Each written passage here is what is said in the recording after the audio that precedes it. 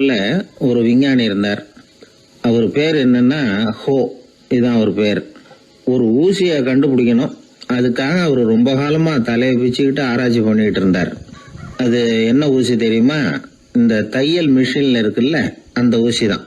அவருக்கு பிடிபடாம இருந்த விஷயம் என்னன்னா, அந்த ஊசியோட கூர்மையான பாகத்துல நூலை எப்படி கோக்கிறது, அது எப்படி சேர்க்கறது. அதுல மற்ற ஒரு பாகம் மிஷினுக்கு உள்ள போயிடுது. அதனால அந்த பாகத்துல சாதாரணமா மற்ற ஊசியில நாம செய்யறது மாதிரி நூலை கொண்டு போய் நுழைக்க முடியாது. அப்படியே நுழைச்சாலும் தைக்கிறது எப்படி, அது முடியாத காரியம். இதுதான் அவருக்கு இருந்த பிரச்சனை. ரொம்ப நாள் யோசனை பண்ணி பார்த்தார். தையல் மிஷின் ஊசியோட வடிவ அமைப்பு அவருக்கு புலப்படல. ராத்திரி பகலா அதே ஞாபகமா இருந்தார். ஒரு நாள் அவர் தூங்கிட்டு இருக்கிறார். அப்போ ஒரு கனவு வந்தது. எப்படின்னா, அந்த கனவுல அவரை ஒரு மலைஜாதி மக்கள் புடிச்சிட்டு போயிடுறாங்க. கொண்டுட்டு போய் ஒரு இடத்துல கட்டி போட்டுடுறாங்க. அந்த மலைஜாதி மக்களோட அரசன் ஒருத்தன் அவன் வர்றான். அவரை பார்த்து ஒரு உத்தரவு போடுறான். என்ன உத்தரவு தெரியுமா? பொழுது சாயறதுக்குள்ள நீ தையல் மிஷின் ஊசிய கண்டுபிடிக்கணும். அப்படி கண்டுபிடிக்கலன்னா உன் தலையை வெட்டி விடுவோம். இதுதான் அந்த அரசன் போட்ட கட்டளை. இவருக்கு என்ன பண்றதுன்னு ஒண்ணுமே புரியல. திருன்னு முழிக்கிறார். இந்த நேரத்துல அந்த மலை ஜாதியினர் அவரை சுத்தி சுத்தி பயங்கரமா முழிச்சுக்கிட்டு டான்ஸ் ஆடுறாங்க. தன்னை சுத்தி சுத்தி ஆடிக்கிட்டு வர்றவங்கள ரொம்ப பயத்தோட அவர் பாக்குறார். நேரம் ஆவ ஆவ தன்னோட இறுதி நேரம் நெருங்கிறத உணர்றார். ரொம்ப நெருக்கடியான நிலைமை. தன்னை சுத்தி ஆடுறவங்கள கவனிக்கிறார். அவங்க கைகள்ல ஈட்டி மாதிரி ஏதோ ஒரு ஆயுதம் வச்சிருக்கிறாங்க. அந்த ஆயுதத்தை இவர் கண்ணுக்கு நேரா கொண்டுகிட்டு வராங்க. அதை அவர் பாக்குறார். அந்த ஆயுதத்தின் கூரான முனைய இவர் கூர்ந்து கவனிக்கிறார். அந்த கூரான முனையில ஒரு சின்ன துவாரம் தெரியுது. உடனே அவருக்கு பளிச்சுன்னு ஒரு ஐடியா உதயமாகுது. இதைத்தானே இவ்வளவு காலமும் நான் தேடிக்கிட்டு இருந்தேன். கூரான முனையில ஒரு சின்ன துவாரத்தை போட்டுட்டா அது மூலமா நூலை செலுத்தி மறுமுனைய மிஷின்ல வச்சுடலாமே. தையல் மிஷின் ஊசி ரெடி அப்படின்னு நினைச்சார். திடீர்னு தூக்கம் கலைஞ்சது. உடனே தன்னுடைய தலைமாட்டில் இருந்த குறிப்பு ஏடுல இதை குறிச்சு வச்சுக்கிட்டார். அதுக்கப்புறமா அந்த ஊசியையும் அவர் செஞ்சு முடிச்சார். இது எப்படின்னு நீங்க நினைக்கலாம், ஆனா இது சாத்தியம்தான். முழிச்சுக்கிட்டு இருக்கிறப்போ நமக்கு ஏற்படுற சில பிரச்சனைகளுக்கு கனவுல விட கிடைக்கிறது உண்டு. அப்படி பல பேருக்கு ஆயிருக்கு. உங்களையும் பல பேருக்கு இது மாதிரி அனுபவம் ஏற்பட்டிருக்கலாம். எந்த ஒரு செயலை பத்தி நினைக்கிறப்போ அந்த செயல் நம்ம நினைவுல ஒரு நல்ல வடிவம் பெறுது. ஒரு செயல் திட்டத்தை எந்த அளவுக்கு நாம நல்ல யோசனை செஞ்சு திட்டம் போடுறோமோ அந்த அளவுக்கு அதை சுலபமா செஞ்சு முடிக்க முடியும். அந்த விஞ்ஞானி நினைச்ச காரியம் அவர் எண்ணம் பூராவும் ஆக்கிரமிச்சது. அதனால அவர் நினைச்சது கனவுல உருவாகி அதுக்கு செயல் வடிவம் கிடைச்சிட்டுது. மனிதனோட உள் மனசுக்கு அவ்வளவு ஆற்றல் உண்டு அப்படின்னு சொல்றாங்க. தூக்கத்தை ஆக்கபூர்வமா உபயோகப்படுத்துறது எப்படி அப்படிங்கறத பத்தி எல்லாம் இப்ப நிறைய ஆராய்ச்சி பண்றாங்களாம். பயிற்சி எல்லாம் வேற கொடுக்குறாங்களாம். அதனால தூக்கத்தை பத்தி லேசா நினைச்சுடாதீங்க. நமக்கு வேண்டியப்பட்ட ஒருத்தர், அவருக்கு தூக்கத்துல நடக்கிற வியாதி, அதுக்காக மருந்து சாப்பிட்டுக்கிட்டு இருந்தார். ஒரு நாள் அவரை பார்த்து கேட்டோம், ஏங்க உங்க தூக்கத்துல நடக்கிற வியாதிக்கு மருந்து சாப்பிட்டீங்களே, ஏதாவது முன்னேற்றம், ஏதாவது இம்ப்ரூவ்மெண்ட் தெரியுதா அப்படின்னு கேட்டோம். தெரியுதுன்னார். எப்படின்னோ அதுக்கு அவர் சொல்றாரு, முன்னாடி எல்லாம் தூக்கத்துல ஒரு 10 அடி தூரம் நடப்பேன், இப்போலாம் ஒரு 40 அடி வரைக்கும் நடக்கிறேன் அப்படின்னு. ஒருத்தர் இருந்தான், வாழ்க்கையில மகிழ்ச்சியா இருக்கணும்னு ஆசைப்பட்டான். அதுக்கு என்ன வழின்னு 4 பேருகிட்ட யோசனை கேட்டான். பணம் இருந்தா மகிழ்ச்சி தானா வரும், அதனால பணம் சம்பாதிக்கிற வழியை பாரு, அதுக்கப்புறம் நீ தேடிட்டு இருக்கிற மகிழ்ச்சி உன்னை தேடிட்டு சேரும்னாங்க. அப்படின்னா மகிழ்ச்சி இருக்கிற இடம் பணம் தான் அப்படின்னு அவன் முடிவு பண்ணிக்கிட்டான். அதை சேர்க்க ஆரம்பிச்சான். கொஞ்ச நாள்ல பெரிய ஆளாயிட்டான். செல்வம் நிறைய சேர்ந்து போச்சு. இப்போ அவனுக்கு மகிழ்ச்சி கிடைக்கல. மறுபடியும் நண்பர்கள் கிட்ட யோசனை கேட்டான். பணம் சேர்த்தா மட்டும் இன்பம் வந்துடாது, அதை செலவு பண்ணு, பணம் மூலமா இன்பத்தை தேடு, கிடைக்கும் அப்படின்னு யோசனை சொன்னாங்க. உடனே அந்த பணத்தை எடுத்துக்கிட்டு ஊர் பூரா சுத்தினான். வெளிநாடுகள் எல்லாம் போனான், சுத்தி பார்த்தான். அப்புறம் அவனுக்கு விருப்பமானதையெல்லாம் வாங்கி சாப்பிட்டு பார்த்தான். மது, போதை பழக்கம், இப்படி எதுலயும் ஈடுபட்டு பார்த்தான். கல்யாணம் பண்ணிக்கிட்டான், குடும்பம் நடத்தினான். எப்படி இருந்தாலும் அவன் எதிர்பார்க்கிற மகிழ்ச்சி அவனுக்கு கிடைக்கல. அதனால மகிழ்ச்சிங்கிறது எங்க இருக்குங்கிற ரகசியத்தை அவனால கண்டுபிடிக்கவே முடியல. கடைசியா ஒரு பெரியவர்கிட்ட யோசனை கேட்டான். அவர் சொன்னார், இல்லறத்திலேயும் உனக்கு மகிழ்ச்சி கிடைக்கலன்னா உனக்கு துறவரத்துலதான் அது கிடைக்கும்னு நினைக்கிறேன். சரி, அதையும் தான் முயற்சி பண்ணி பாப்போமே அப்படின்னு அவன் முடிவு பண்ணிக்கிட்டான். துறவரம்னா சும்மாவா? எல்லாத்துக்கும் அவன் துணிஞ்சுட்டான். வீட்டுல இருந்த நகை, பணம், பவுனு, வைரம், வைடூரியம் எல்லாத்தையும் ஒரு மூட்டையா கட்டி எடுத்துக்கிட்டான். ஒரு யோகியை தேடிட்டு போனான். அவர் காலடியில கொண்டுட்டு போய் வச்சான். அவர் நிமிர்ந்து பார்த்தார். என்ன இதெல்லாம்னார். இதெல்லாம் இனிமே எனக்கு தேவையில்லைன்னா. சரி, அப்படின்னா உனக்கு என்னதான் தேவைன்னார். எனக்கு மகிழ்ச்சி தேவை, மன அமைதி தேவைன்னா. அந்த யோகி தன்னுடைய காலடியில் இருந்த மூட்டையை பிரிச்சு பார்த்தார். உள்ள தங்கம், வைரம், நகை, பணம் எல்லாம் இருக்கு. அவ்வளவுதான். அவசரமா அதை சுருட்டி எடுத்துக்கிட்டார். தலையில வச்சுட்டு ஒரே ஓட்டமா ஓட ஆரம்பிச்சுட்டார். இவனுக்கு அதிர்ச்சியா போட்டுது. அடடா, இந்த ஆளு போலி ஆசாமி போல இருக்க, ஏமாந்துட்டோமே அப்படின்னு நினைச்சான். வருத்தப்பட்டான். அந்த துக்கம் ஆத்திரமா மாறிச்சு. உடனே அந்த யோகியை துரத்த ஆரம்பிச்சான். அவரு ஒரே ஓட்டமா ஓடுறார். சந்து பொந்தெல்லாம் நுழைஞ்சு ஓடுறார். இவனும் விடாம துரத்துறான். கடைசியா அந்த யோகி மூச்சு இறக்க இறக்க ஒரு இடத்துல வந்து நின்னார். அது எந்த இடம்னா அவர் புறப்பட்ட இடம். எங்க இருந்து ஓட ஆரம்பிச்சாரோ அங்கேயே வந்து நின்னார். துரத்திட்டு வந்தவனும் ஓடி வந்து நின்னான். இப்ப அந்த யோகி சொன்னார், என்னப்பா பயந்துட்டியா? இந்தா உன்னோட செல்வம், நீயே வச்சுக்கோ அப்படின்னு சொல்லி மூட்டையை திருப்பி கொடுத்தார். கைவிட்டு போன தங்கமும், வைரமும், பணமும் திரும்ப கிடைச்சிட்டுதுங்கிறதுல அவனுக்கு ஏகப்பட்ட மகிழ்ச்சி. இப்போ மறுபடியும் அந்த யோகி சொல்றார், நீ வர்றதுக்கு முன்னாடி கூட இந்த தங்கமும் வைரமும் உங்ககிட்டதான் இருந்தது. ஆனா அப்போ உனக்கு மகிழ்ச்சி இல்ல. இப்போ உங்ககிட்ட இருக்கிறதும் அதே தங்கமும் வைரமும் தான். ஆனா இப்போ உன் மனசுல மகிழ்ச்சி இருக்கு. இதுல இருந்து என்ன தெரியுது? மகிழ்ச்சிங்கிறது வெளியில இல்ல, உள்ள இருக்கு. அது நம்ம மனசுல இருக்கு. இதை நல்லா புரிஞ்சுக்கணும். தங்கத்தையும் வைரத்தையும் மூட்டை கட்டி தலையில வச்சுக்கிட்டு அலைஞ்சானே, அவன் மாதிரிதான் நம்மள பல பேருக்கும் மகிழ்ச்சி எங்க இருக்குங்கிற உண்மை புரியறது இல்ல. அதனாலதான் பல சமயங்கள்ல நாம மகிழ்ச்சிக்காக அடுத்தவங்களை சார்ந்து இருக்கிறோம். நமக்கு வேண்டியப்பட்ட ஒருத்தன் பணம், நகை எல்லாத்தையும் ஒரு மூட்டையா கட்டி எடுத்துக்கிட்டு ஒருத்தர் காலடியில வச்சான். இது எனக்கு தேவையில்லைன்னா. உனக்கு என்னதான் தேவைன்னார் அவர். எனக்கு மன அமைதி தேவைன்னா. உனக்கு மன அமைதி தேவைப்படுகிற அளவுக்கு இப்ப என்ன ஆயிட்டுதுன்னார் அவர். வேற ஒண்ணும் இல்ல, இந்த பணத்தையும் நகையையும் நான் யாரு வீட்டுல எடுத்தனோ அந்த வீட்டுக்காரங்க இப்ப என் பின்னாடி துரத்திட்டு வந்துட்டு இருக்கிறாங்க, அவ்வளவுதான் அப்படின்னு நானா. மகிழ்ச்சியை தேடுகிறவர்கள் இந்த உலகத்துல அதிகம். அது எங்க இருக்குன்னு புரிந்து கொண்டவர்கள் ரொம்ப குறைவு. எது உண்மையான மகிழ்ச்சி அப்படிங்கறத புரிஞ்சுக்கிட்டு அதுக்கு தகுந்த மாதிரி நம்முடைய வாழ்க்கையை அமைச்சுக்கணும். ஒரு குழந்தை அம்மா கிட்ட போச்சு, அம்மா என்ன தூக்கிக்கா. உடனே அந்த அம்மா அந்த குழந்தைய தூக்கி இடுப்புல வச்சுக்கிறாங்க. எந்த பக்கம் வச்சுக்கிறாங்க? இடது பக்கம். பொதுவா குழந்தைய தூக்குறவங்க யாரும் வலது பக்கம் இடுப்புல வச்சுக்கிறது இல்ல. விவரம் தெரியாத சில ஆம்பளைகளை அப்படி தூக்கி வச்சுக்கிட்டு அலையிறது உண்டு. ரொம்ப காலமாவே குழந்தைகளை இடுப்புல இடது பக்கமா வச்சிருக்கிற பழக்கம் தான் இருந்து வந்திருக்குது. இதுக்கு ஆய்வாளர்கள் என்ன காரணம் சொல்றாங்க தெரியுமா?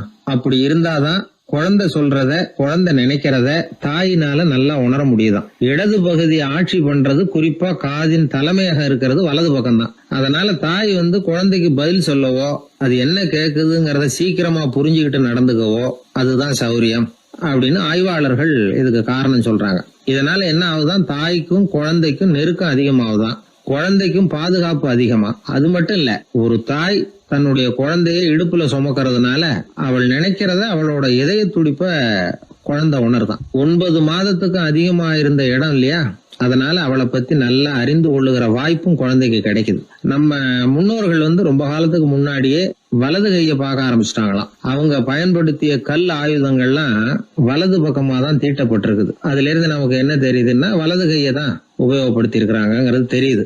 இப்படி எல்லாம் இருந்தா கூட இன்னைக்கு நம்மள 10ல் ஒருத்தருக்கு ஒரு பழக்கம் உண்டு, அது இடது கை பழக்கம். ஆனாலும் 2 கைகளும் ஒற்றுமையா இருக்கிறதுக்கு தான் ரொம்பவும் முயற்சி பண்ணுதான். இப்போ வலது கை பழக்கம் உள்ளவங்க பேசுறதுக்கு, எழுதுறதுக்கு செயல்படுத்துற தலைமையகம் தலையின் பின்புறம் பிடரியில் இருக்குது. இடது கை பழக்கம் உள்ளவங்களுக்கு மூளையில 2 பக்கங்கள்லயும் தலைமையகம் இருக்குது. இது விஞ்ஞானிகள் சொல்றது. எத்தனையோ மேதைகள் இடது கை பழக்கம் உள்ளவங்களா இருந்திருக்கிறாங்க. அமெரிக்க மேதை பெஞ்சமின் பிராங்க்லின், இத்தாலிய ஓவியர் லியோனார்டோ டாவின்சி, இப்படி நிறைய பேர் இருந்திருக்கிறாங்க, இப்பவும் இருக்கிறாங்க. காலங்காலமா இயல்பாவே இடது கை பழக்கம் இருந்து வந்திருக்குது.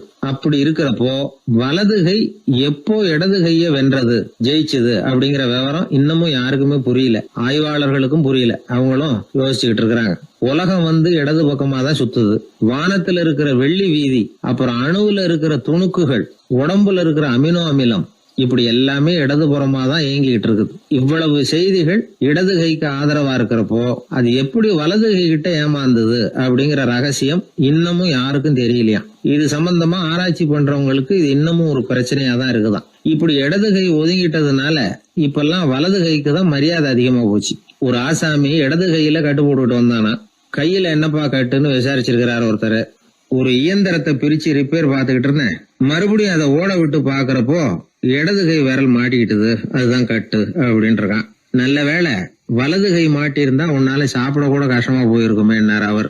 இதுக்கு அவன் சொன்னானா, முதல்ல வலது கை தாங்க மாட்டிக்க இருந்தது, நான் தான் உடனே புத்திசாலித்தனமா அதை இழுத்துக்கிட்டு இடது கையை கொடுத்தேன் அப்படின்னு இருக்கான். இவன் எப்பேற்பட்ட புத்திசாலி பாருங்க. இந்த வலது கை இடது கைங்கிறத பத்தி அறிவியல் ஆராய்ச்சி ஒரு பக்கம் இருந்தாலும் கை சுத்தமா இருக்கணும், இது வாழ்க்கைக்கு முக்கியம். உண்மை, உழைப்பு, நேர்மை இதெல்லாம் இருந்தாதான் வாழ்க்கையில முன்னேற முடியும். அதனால இந்த இடது கை பழக்கம் வலது கை பழக்கம் எது எப்படி இருந்தாலும் அது ஒருத்தருடைய புத்திசாலித்தனத்தை பாதிக்கிறது இல்ல. அதனால வாழ்க்கையில முன்னேறதுக்கு இது ஒரு இடைஞ்சலா இருக்கிறது இல்ல. நாம நம்ம உடம்பையும் புரிஞ்சுக்குவோம், மனசையும் புரிஞ்சுக்குவோம். அப்படி புரிந்து கொண்டு வாழ்க்கையில முன்னேறுவோம். நாம யாரு, நம்ம தகுதி என்ன அப்படிங்கிற நினைப்பு எப்பவும் நமக்கு இருக்கணும். தகுதிக்கு மீறிய நினைப்பு தான் பல சமயங்களில் நம்மளை சிக்கலில் கொண்டு போய் விட்டுடுது. ஒரு பூனை இருந்துதான், அது தன்னை ஒரு பூனைன்னு தானே நினைக்கணும், அப்படி நினைக்கல. தன்னை ஒரு புலின்னு நினச்சிக்கிட்டு இருந்தது. தன்னை பற்றின தகுதிக்கு மீறிய நினைப்போடு அந்த பூனை அப்படியே நடந்து போய்கிட்டு இருந்ததுதான். அப்போது வழியில் ஒரு பெரிய யானை அது அமைதியாக நின்றுக்கிட்டு இருந்தது. இந்த யானை ரொம்ப பொறுமையாக நின்றுக்கிட்டு இருக்கிறது இந்த பூனைக்கு ஒரு மாதிரியாக தெரிஞ்சிருக்கு. ஏன்னா பொறுமையாக ஒருத்தர் இருந்தால் அவங்கக்கிட்ட போய் ஏதாவது வாலாட்டி பார்க்கலாம்னு ஒரு ஆசை வருது இல்லை. அது மாதிரி பொறுமையாக நின்றுக்கிட்டு இருக்கிறது பூனைக்கு அதுக்கிட்ட போய் கொஞ்சம் வாலாட்டி பார்க்கலாமே அப்படின்னு ஒரு ஆசை. உலக இயல்பு தானே இது. இந்த பூனை ரொம்ப நல்ல புள்ள மாதிரி அந்த யானை இருக்கிற பக்கமாக போகுது. அந்த யானையை சுற்றி சுற்றி வருது, உத்து பார்க்குது, வாய் துருதுருக்குது, வம்பு வளர்க்க ஆரம்பிக்குது. அந்த யானைகிட்ட போய் என்ன கேட்குது தெரியுமா, எல்லாருக்கும் ஒரு பக்கம்தான் வால் இருக்கும், ஆனால் உனக்கு என்ன இப்படி ரெண்டு பக்கமும் வால் இருக்கிறது மாதிரி இருக்கே அப்படிங்குது. இது வேண்டாத வேலை தானே. இருந்தாலும் அந்த யானை பொறுமையாக பதில் சொல்லுது, அப்படி இல்லை, பின்னாடி இருக்கிறது தான் வால், முன்னாடி இருக்கிறது தும்பிக்கை அப்படிங்குது. அதோடு விட்டுற வேண்டியது தானே, விடலை இந்த பூனை. அது சரி, தும்பிக்கை ஏன் அப்படி உருண்டையாக பெரிய தூணு மாதிரி இருக்குது, அது என்னத்துக்கு அப்படிங்குது. இதுக்கும் அந்த யானை பொறுமையாக பதில் சொல்லுது, ஓ அதை கேட்குறியா, ஊற்றில் தண்ணி இருக்கும்ல, அதை உறிஞ்சி குடிக்கிறதுக்காக அப்படி இருக்குது அது அப்படின்னுது. சரி, எல்லாருக்கும் பல்லு வாய்க்குள்ளே தானே இருக்கும், உனக்கு என்ன வெளியிலே இருக்குது, அதுவும் இல்லாமல் இவ்வளவு பெருசாக இவ்வளவு நீளமாக இருக்குது அப்படின்னு கேட்குது பூனை. இவ்வளவு கேள்விக்கும் பொறுமையாக பதில் சொல்லிக்கிட்டே வருது அந்த யானை. பல்லு ஏன் வெளியில் நீட்டிகிட்டு இருக்குன்னு கேட்குதுல்ல, அதுக்கு அது என்ன பதில் சொல்லுதுன்னா, அதுவா ஒரு புலி என்கிட்ட வாலாட்டுதுன்னு வச்சுக்கா, அந்த சமயத்தில் அதை தாக்கிறதுக்காக இது இப்படி இருக்குது அப்படின்னு சொல்லிச்சான். இதை கேட்டதும் பூனை உழுந்து உழுந்து சிரிக்க ஆரம்பிச்சுட்டு தான் அலட்சியமாக. ஏன் சிரிக்கிறேன்னு கேட்டிருக்கு. என்னமோ பாயறது மாதிரி பேசுறிய, மலை எங்கேயாவது பாயறது உண்டா, நீ கருப்பாக பெருசாக இருக்கிற மலை மாதிரி இருக்கிற, உன்னால் எப்படி பாய முடியும், அது முடியாத காரியம் அப்படின்னு சொல்லிவிட்டு மறுபடியும் சிரிக்குது அந்த பூனை. என் உடம்பை பார்த்துட்டு தானே மலைன்னு சொல்கிற, நான் பாய வேண்டிய அவசியம் இல்லை, என்னுடைய எதிரியை பாய வச்சுருவேன் அப்படின்ட்டுருக்கு. எப்படி பாய வைப்பேன்னு கேட்டதான் பூனை. இந்த உன்னை பாய வைக்கிறேன் பார் அப்படின்னு சொல்லி அந்த பூனையை அப்படியே தும்பிக்கையால் லேசாக தூக்கி வேகமாக விட்டெறிஞ்சுதான். எங்கேயோ போய் தூரத்தில் பொத்துன்னு விழுந்தது அந்த பூனை. அப்பாடான்னு இடுப்பை பிடிச்சிக்கிட்டே எழுந்திரிச்சு நின்று பார்க்குது. தூரத்தில் அந்த யானை இன்னமும் பொறுமையாக ஆனால் கம்பீரமாக நின்றுக்கிட்டு இருக்குது. இப்போ தான் அந்த பூனைக்கு ஞானோதயம் பிறக்குதான். யானை பாய வேண்டிய அவசியம் இல்லை, அதுக்கு நீளமாக தும்பிக்கை இருக்குது அப்படிங்கிறத அது புரிஞ்சுக்கிட்டு தான். வலியாரிடம் வாயாடக்கூடாது அப்படிங்கிற பாடத்தை இந்த பூனை கற்றுக்கிட்டது. இந்த காட்சி பாவேந்தர் பாரதிதாசன் கைவண்ணத்தில் ஒரு கவிதையாக உருவெடுத்து வருது. பாவேந்தர் எழுதின கவிதை என்ன தெரியுமா, இரண்டு பக்கமும் வாலா என்றது பூனை, எதிரிலே தும்பிக்கை என்றது யானை, உருண்ட துதிக்க ஏனோ என்றது பூனை, ஊற்று நீரை உறிஞ்ச என்றது யானை, திரண்டு நீண்ட பல் ஏன் என்றது பூனை, சீரும் புலியை தாக்க என்றது யானை, இருண்ட மலை பாயாதென்றது பூனை, எடுத்தெறிந்தது பூனையை போய் யானை. இந்த கவிதையில் ஒரு பாடமும் இருக்குது, படமும் இருக்குது. அதாவது இதை படிக்கவும் முடியுது, பார்க்கவும் முடியுது. வலியார்கிட்ட வாயாடக்கூடாதுங்கிற சின்ன பிள்ளைங்க மட்டும் இல்லை, பெரியவங்களுக்கும் தேவையான கருத்தை இதிலேருந்து நாம் புரிஞ்சிக்க முடியுது. ஒருத்தன் அப்படி தான் ஆத்தங்கரையில் பொறுமையாக உட்காந்துக்கிட்டு இருந்த இன்னொருத்தனை போய் தலையில் கூட்டினான். அவன் பார்த்தான். உடனே ₹1 எடுத்து இவன் கையில் கொடுத்தான். இவனுக்கு ஒன்றும் புரியல. அவன் சொன்னான், இந்த ஊரில் இப்படி ஒரு வழக்கம், யாரை கூட்டினாலும் ஒரு கூட்டுக்கு ₹1 விதமாக கொடுத்துட்றது பழக்கம் அப்படின்னு பொறுமையாக சொல்லியிருக்கிறான். இவனுக்கு ரொம்ப ஆசை உண்டாயிட்டுது. உடனே ஊருக்குள்ளே ஓடினான். கொஞ்ச நேரம் கழித்து திரும்பி ஓடி வந்தான். அந்த முதல் ஆசாமியை மறுபடியும் பார்த்தான். உங்கள் பேச்சை கேட்டுவிட்டு ஊருக்குள்ளே போய் ஒரு பெரிய ஆசாமியை பார்த்து அவன் தலையில் 10 குட்டு கூட்டினேன். ஆனால் அவன் உடனே என்கிட்ட இருந்ததை எடுத்து என் கையிலேயே கொடுத்துட்டான் அப்படின்னா. என்னத்தை பணத்தையான்னு கேட்டிருக்கிறான். இல்லை பல்லு அப்படின்னு சொல்லி கையில் காட்டினானான். எல்லாமே நாற்காலிக்கு ஆசைப்படாதவர்கள் அப்படின்னு சொல்லிட முடியாது. ஏன்னா நிறைய பேர் நாற்காலிக்கு ஆசைப்படுறவங்கள நாம் பார்க்குறோம். உட்கார்றதுக்கு ஒரு நாற்காலி கிடைச்சிடாதா, அதோட ஒரு கால் உடஞ்சி முக்காலியாக இருந்தாலும் பரவாயில்ல, ஒரு மாதிரியாக அனுசரித்து உட்காந்துக்கலாம் அப்படின்னு அலையிறவங்க எத்தனை பேர். இந்த காலத்தில் மட்டும்தான் அப்படின்னு இல்லை, அந்த காலத்துலேயும் இதே மாதிரி ஆசைகள் சபலங்கள் இருந்திருக்கும் போல இருக்குது. பரமசிவன் வசிஷ்டருக்கு ஒரு விசேஷமான ஆசனத்தை கொடுத்துருந்தாராம். சரி, அப்படி என்ன அதில் விசேஷம்னா, வசிஷ்டர் ஒரு குறிப்பிட்ட இடத்துக்கு போகணும்னு நினச்சி புறப்படுறாருன்னு வச்சுக்கோங்க. அவருக்கு முன்னாடியே இந்த ஆசனம் புறப்பட்டுரும். போய் ஒரு வசதியான இடமா பார்த்து இருந்துக்கும். வசிஷ்டர் போவார். அங்கே போனதும் எங்கே உட்காரலாம்ங்கிற இட பிரச்சனையெல்லாம் அவருக்கு ஏற்படுறதில்ல. அதுதான் இவருடைய இருக்கை அங்கே முன்னாடியே போய் காத்துக்கிட்டு இருக்குதே. நேராக போவார், அதில் உட்காந்துக்குவார். மற்ற முனிவர்கள்லாம் இதை பார்த்தாங்க. அவங்களுக்கு பொறாமையாக இருந்து தான் எல்லோரும் ஒரு இடத்துல கூடி இதை பற்றி பேசியிருக்கிறாங்க. என்ன இது, நாமளும் அவரை மாதிரி தானே இருக்கிறோம், இருந்தாலும் நமக்கும் அது மாதிரி ஒரு ஆசனம் கிடைக்கலையே அப்படின்னு யோசனை பண்ணியிருக்காங்க. சரி, நேராக பரமசிவன்கிட்டே போவோம், இதை பற்றி கேட்போம் அப்படின்னு நினச்சிக்கிட்டு போனாங்களாம். பரமசிவனை பார்த்துருக்குறாங்க. ஐயா, நாங்களும் முனிவர்கள் தானே, வசிஷ்டர் பண்ணுறது மாதிரி நாங்களும் உங்களை குறித்து கடும் தவம் பண்ணிக்கிட்டு தானே இருக்கிறோம். அப்படி இருக்கும்பொழுது அவருக்கு மட்டும் ஏன் இந்த விசேஷ சலுகை அப்படின்னு கேட்டிருக்காங்க. அதுக்கு பரமசிவன் சொன்னாராம், முனிவர்களே, உங்கள் கேள்விக்கு நான் பதில் சொல்கிறேன், ஆனால் அதுக்கு முன்னாடி நீங்கள் ஒரு காரியம் பண்ணணும்னாராம். என்ன செய்யணும் சொல்லுங்கன்னு இருக்காங்க. நீங்கள் ஒவ்வொருத்தரும் தனித்தனியாக போய் உங்களை விட உயர்ந்த ஒருத்தரை தேடி கண்டுபிடிச்சி அவருக்கு அதிதி பூஜை பண்ணி அவரை ஒரு மண்டலத்துக்குள்ளே என்கிட்ட அழைச்சிட்டு வந்துருங்க அப்படின்னாராம். சரின்னு எல்லாரும் புறப்பட்டுருக்காங்க. அவங்க போனதுக்கப்புறம் நந்தி தேவனை அழைச்சி வசிஷ்டரை கூப்பிட்டுக்கிட்டு வர சொன்னாராம். அவர் வந்தார், வணங்கினார். வசிஷ்டரே, இன்னையிலேருந்து ஒரு மண்டலத்துக்குள்ளே உங்களை விட தாழ்ந்தவர் ஒருத்தரை தேடி கண்டுபிடிச்சி அவருக்கு அதிதி பூஜை பண்ணி அவரை என்கிட்ட கூப்பிட்டுட்டு வாங்கன்னு விட்டார். சரின்னு இவரும் புறப்பட்டு போயிட்டார்.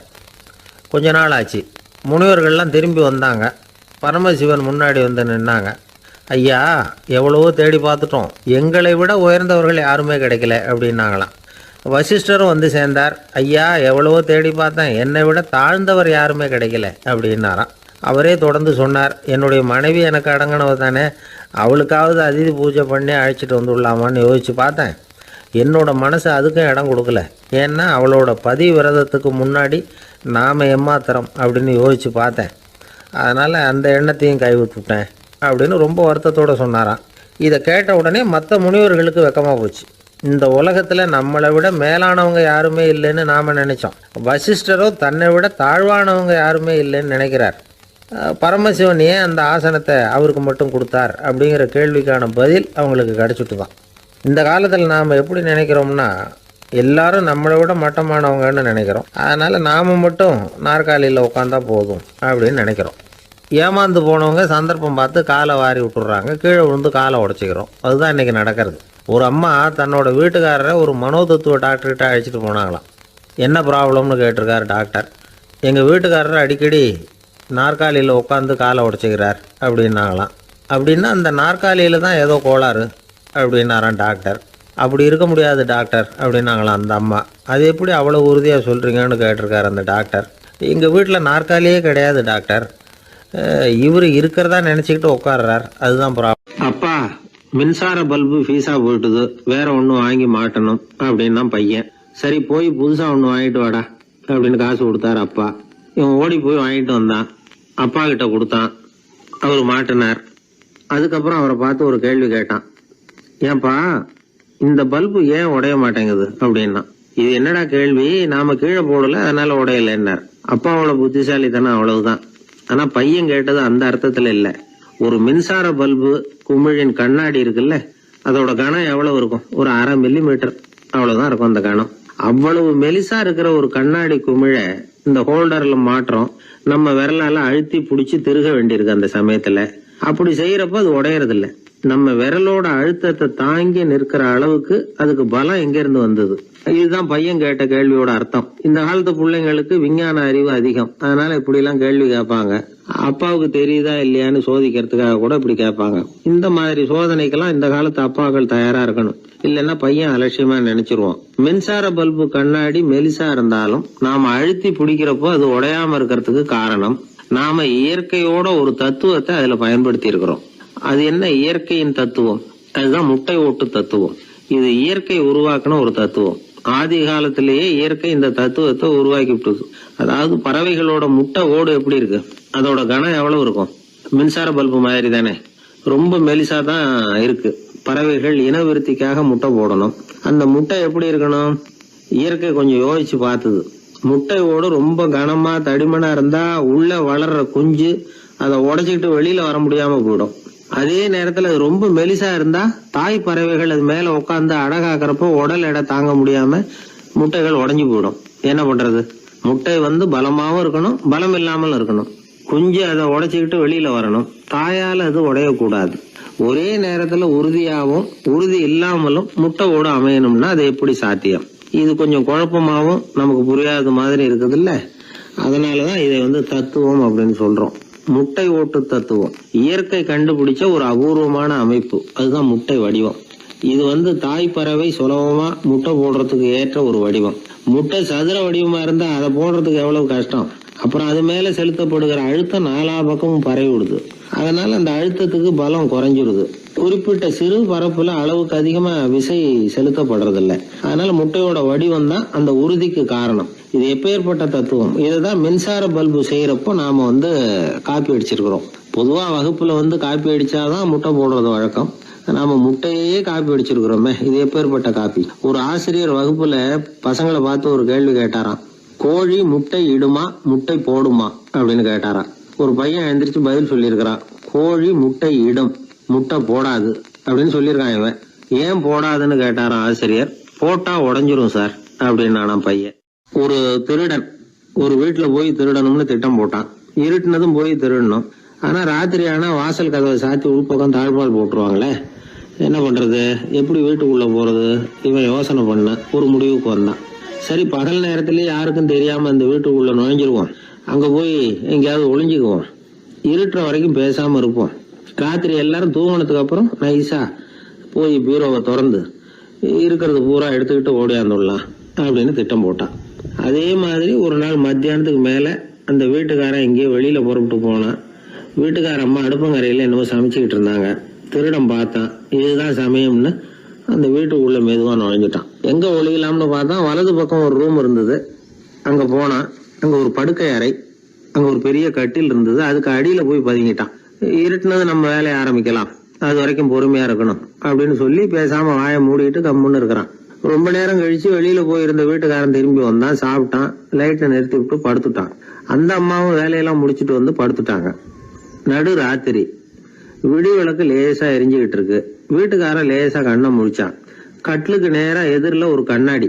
அதுல பாக்குறான், கட்லுக்கு கீழே ஒரு திருடன் ஒளிஞ்சு இருக்கிறது தெரிஞ்சு போச்சு. உடனே அவன் திருடன் சத்தம் போடல, யோசனை பண்ணான். மேஜையில இருக்கிற கத்தி எடுத்து கையில வச்சுக்குவோமா அப்படின்னு யோசனை பண்ணான். இந்த சந்தர்ப்பத்துல கத்தியை உபயோகப்படுத்துறதை விட புத்தியை உபயோகப்படுத்துறது தான் சாமர்த்தியம் அப்படின்னு நினைச்சான். உடனே அது பிரகாரம் செயல்பட ஆரம்பிச்சிட்டான். என்ன பண்ணான் தெரியுமா? எதையும் வெளியில காட்டிக்காம ரொம்ப சர்வசாதாரணமா தன்னுடைய மனைவி கிட்ட பேச ஆரம்பிச்சான். மனைவியும் புத்திசாலி, அதனால அவங்களுக்கு தெரியும். அவங்களும் வீட்டுக்காரர் கேட்ட கேள்விக்கு பொருத்தமா பதில் சொல்ல ஆரம்பிச்சாங்க. இவன் கேட்டான், இத பாரு, நமக்கு குழந்தை பிறந்தா அதுக்கு கிருஷ்ணமூர்த்தின்னு தான் பேர் வைக்கணும் அப்படின்னா. அதெல்லாம் முடியாது. ஆம்பளை பிள்ளையா இருந்தா ஏகாம்பரம், பொம்பளை பிள்ளையா இருந்தா பங்கஜவல்லி, இதுதான் அவங்க மாமனார் மாமியார் பேர், அதான் வைக்கணும் அப்படின்னாங்க அந்த அம்மா. அதெல்லாம் முடியாது, நான் முடிவு பண்ணிவிட்டேன் கிருஷ்ணமூர்த்தின்னு கத்துனா அவன். இல்ல ஏகாம்பரம் பங்கஜவல்லின்னுது இந்த அம்மா. வாதம் முத்தி போச்சு. கிருஷ்ணமூர்த்தி கிருஷ்ணமூர்த்தி கிருஷ்ணமூர்த்தின்னா அவன், ஏகாம்பரம் பங்கஜவல்லி ஏகாம்பரம் பங்கஜவல்லின்னு இவங்க கத்துறாங்க. ஒரே சத்தமா போச்சு. இத கேட்டதும் பக்கத்து வீட்டுல இருந்தவங்க, எழுத்த வீட்டுல இருந்தவங்க எல்லாம் எழுந்திரிச்சு ஓடி வந்து இவங்க வீட்டு கதவை தட்ட ஆரம்பிச்சுட்டாங்க. தடன்னு இவன் சாவகாசமா எழுந்திரிச்சு போய் கதவை திறந்தான். என்னங்க இந்த ராத்திரி வேலையில எங்களை எல்லாம் ஏன் கூப்பிட்டீங்க, யாருக்கு என்னாச்சு அப்படின்னு கேட்டாங்க. கேட்டது யாருன்னா பக்கத்து வீட்டு கிருஷ்ணமூர்த்தி, எழுத்த வீட்டு ஏகாம்பரம் பங்கஜவல்லி எல்லாரும். அடடே உங்களை கூப்பிடலீங்க, குழந்தைக்கு பேர் வைக்கிறது சம்பந்தமா எங்களுக்குள்ள சண்டை வந்துட்டுது, அதுதான் விஷயம். வேணும்னா இதை கட்டிலுக்கு அடியில ஒளிஞ்சிட்டு இருக்கிறானே ஒருத்தன், அவனை கூட கேட்டு பாருங்க, அவன் தான் இதுக்கு சாட்சி அப்படிங்கிறான் அந்த ஆளு. உடனே எல்லாரும் விஷயத்த புரிஞ்சுக்கிட்டு திருடனை பிடிச்சி போலீஸ்ல ஒப்படைச்சிட்டாங்களாம். நெருக்கடியான நேரங்கள்ல பதறாம புத்திசாலித்தனமா செயல்படணுங்கிறத தெரிஞ்சுக்கிறதுக்காக இந்த கதை. புத்திசாலித்தனமா செயல்படுற ஒரு குடும்ப தலைவி இருக்காங்க. அவங்க என்ன செய்வாங்க தெரியுமா, எல்லாரும் ராத்திரியானா வீட்டை உள்பக்கமா பூட்டி விட்டு தானே படுப்பாங்க. ஆனா அந்த அம்மா என்ன பண்ணுவாங்கன்னா வீட்டை வெளிப்பக்கமா ஒரு பூட்டு போட்டு பூட்டி விடுவாங்க. எழுத்த வீட்டுக்காரங்க கிட்ட சொல்லி தினமும் இப்படி பூட்டி விட சொல்றது பழக்கம். ஏங்க அப்படி செய்யறீங்க, திருடன் சுலபமா உள்ளே வந்துடக்கூடாதுங்கிறதுக்காகவா அப்படின்னு கேட்டாங்க. இல்லைங்க, சுலபமா வெளியில போயிடக்கூடாதுங்கிறதுக்காக அப்படின்னாங்க. என்னங்க சொல்றீங்க அப்படின்னு கேட்டாங்க.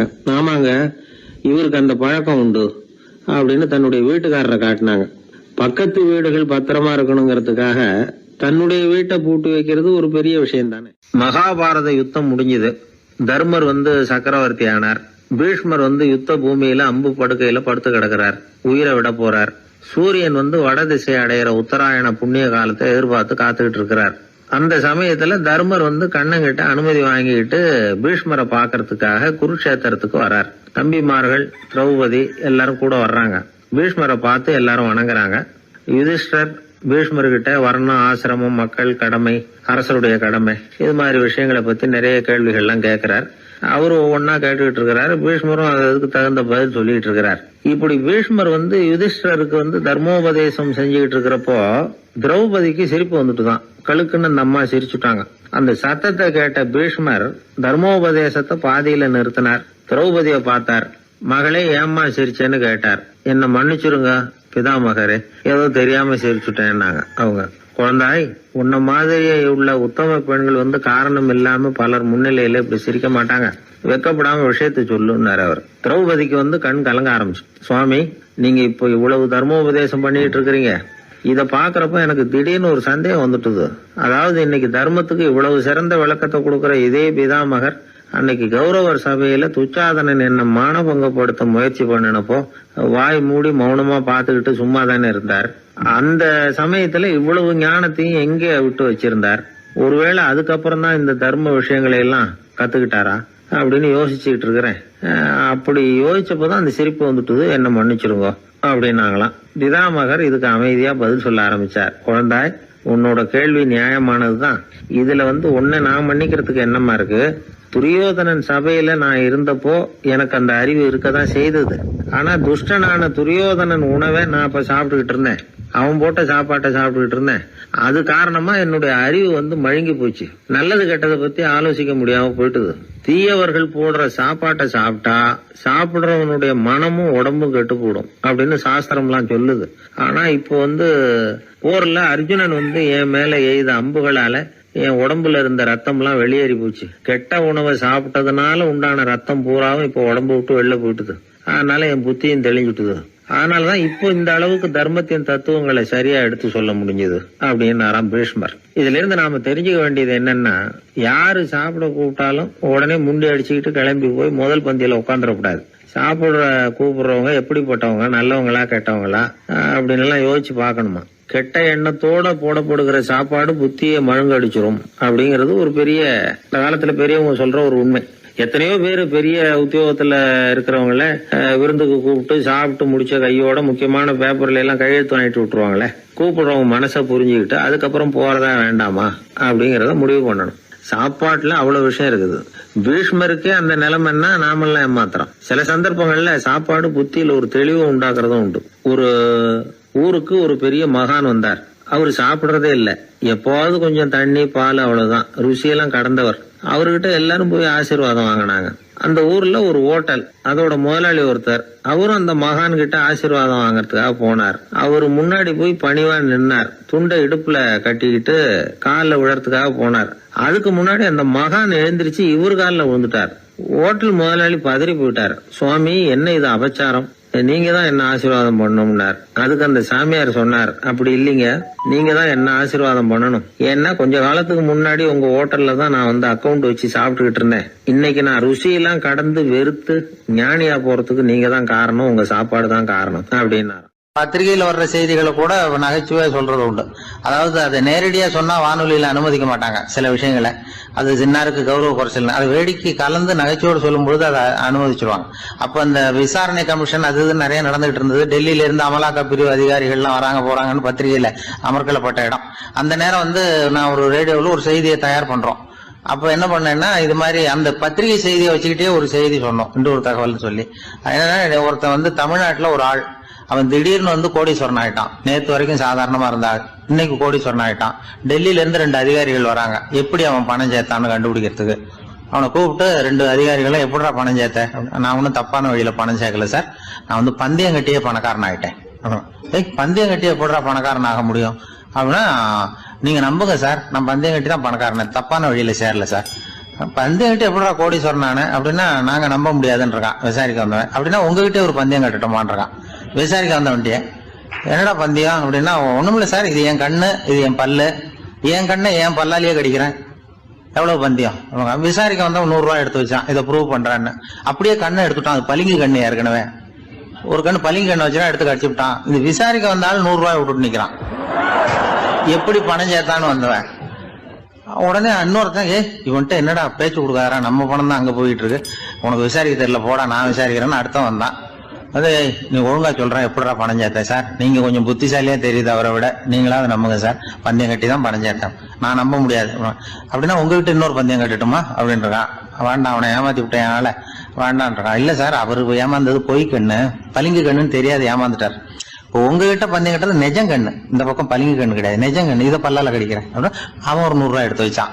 இவன் அப்படியே பல்செட்டை கேட்டினான் தனியா, அப்படியே கேட்டு கடிச்சு விட்டான். அதையும் விட்டுட்டான். இவன் உடனே 2 பேரும், இவன்கிட்ட பேச பேச நம்ம பணம் தான் அவன்கிட்ட போயிட்டு இருக்கு, இவன் எப்படி பணம் சேர்த்தான்னு கண்டுபிடிக்கிறதுக்கு டெல்லியில இருந்து வந்திருக்கோம், இவன் மேற்கொண்டு பேசாத, பேச பேச பந்தயம் கட்டுவான். திரும்பி போறதுக்கு ரயிலுக்கு டிக்கெட்டு சரியா இருக்கா பாடுறான்றான். அவன் கரெக்டா எண்ணி பார்த்து கரெக்டா இருக்குப்பா, மேற்கொண்டு பேசாத, அவன்கிட்ட நம்ம போயிடுவோம், போய் நம்ம அதிகாரிகிட்ட சொல்லிடுவோம்னு சொல்லி போயிட்டு வரேன் சார் அப்படின்னு சொல்லிட்டு மரியாதை போயிட்டாங்க. போய் டெல்லியில பெரிய அதிகாரிகிட்ட போய், சார் அவன்கிட்ட வந்து விசாரிச்சு பார்த்தோம் சார், தமிழ்நாட்டுல பந்தயம் கட்டி தான் பணம் சேர்த்தேன்னு சாதிக்கிறான், எங்ககிட்ட ஒரு 200 ரூபாய் வாங்கிட்டான் சார் அப்படின்னு. அவருக்கு கோவம் வந்துட்டுது. இந்தியாவுக்கே தலைமை அதிகாரி, இதுக்காகவாடா நீங்க இருக்கீங்க, எத்தனை பேர் இருக்கீங்க உங்களை மாதிரி ஜூனியர் ஆபீசர்ஸ் நம்ம ஆபீஸ்ல இந்தியா பூரா விசாரிக்கிறதுக்கு அப்படின்னா 30 பேர் இருக்கும் சார். 30 பேருக்கு அனுபவம் பத்தாது, நான் இந்தியாவுக்கே தலைமை அதிகாரி, அனுபவம் ஜாஸ்தி, உங்களுக்கு ட்ரைனிங் கொடுக்கணும் எப்படி ஒருத்தரை விசாரிக்கிறதுன்னு.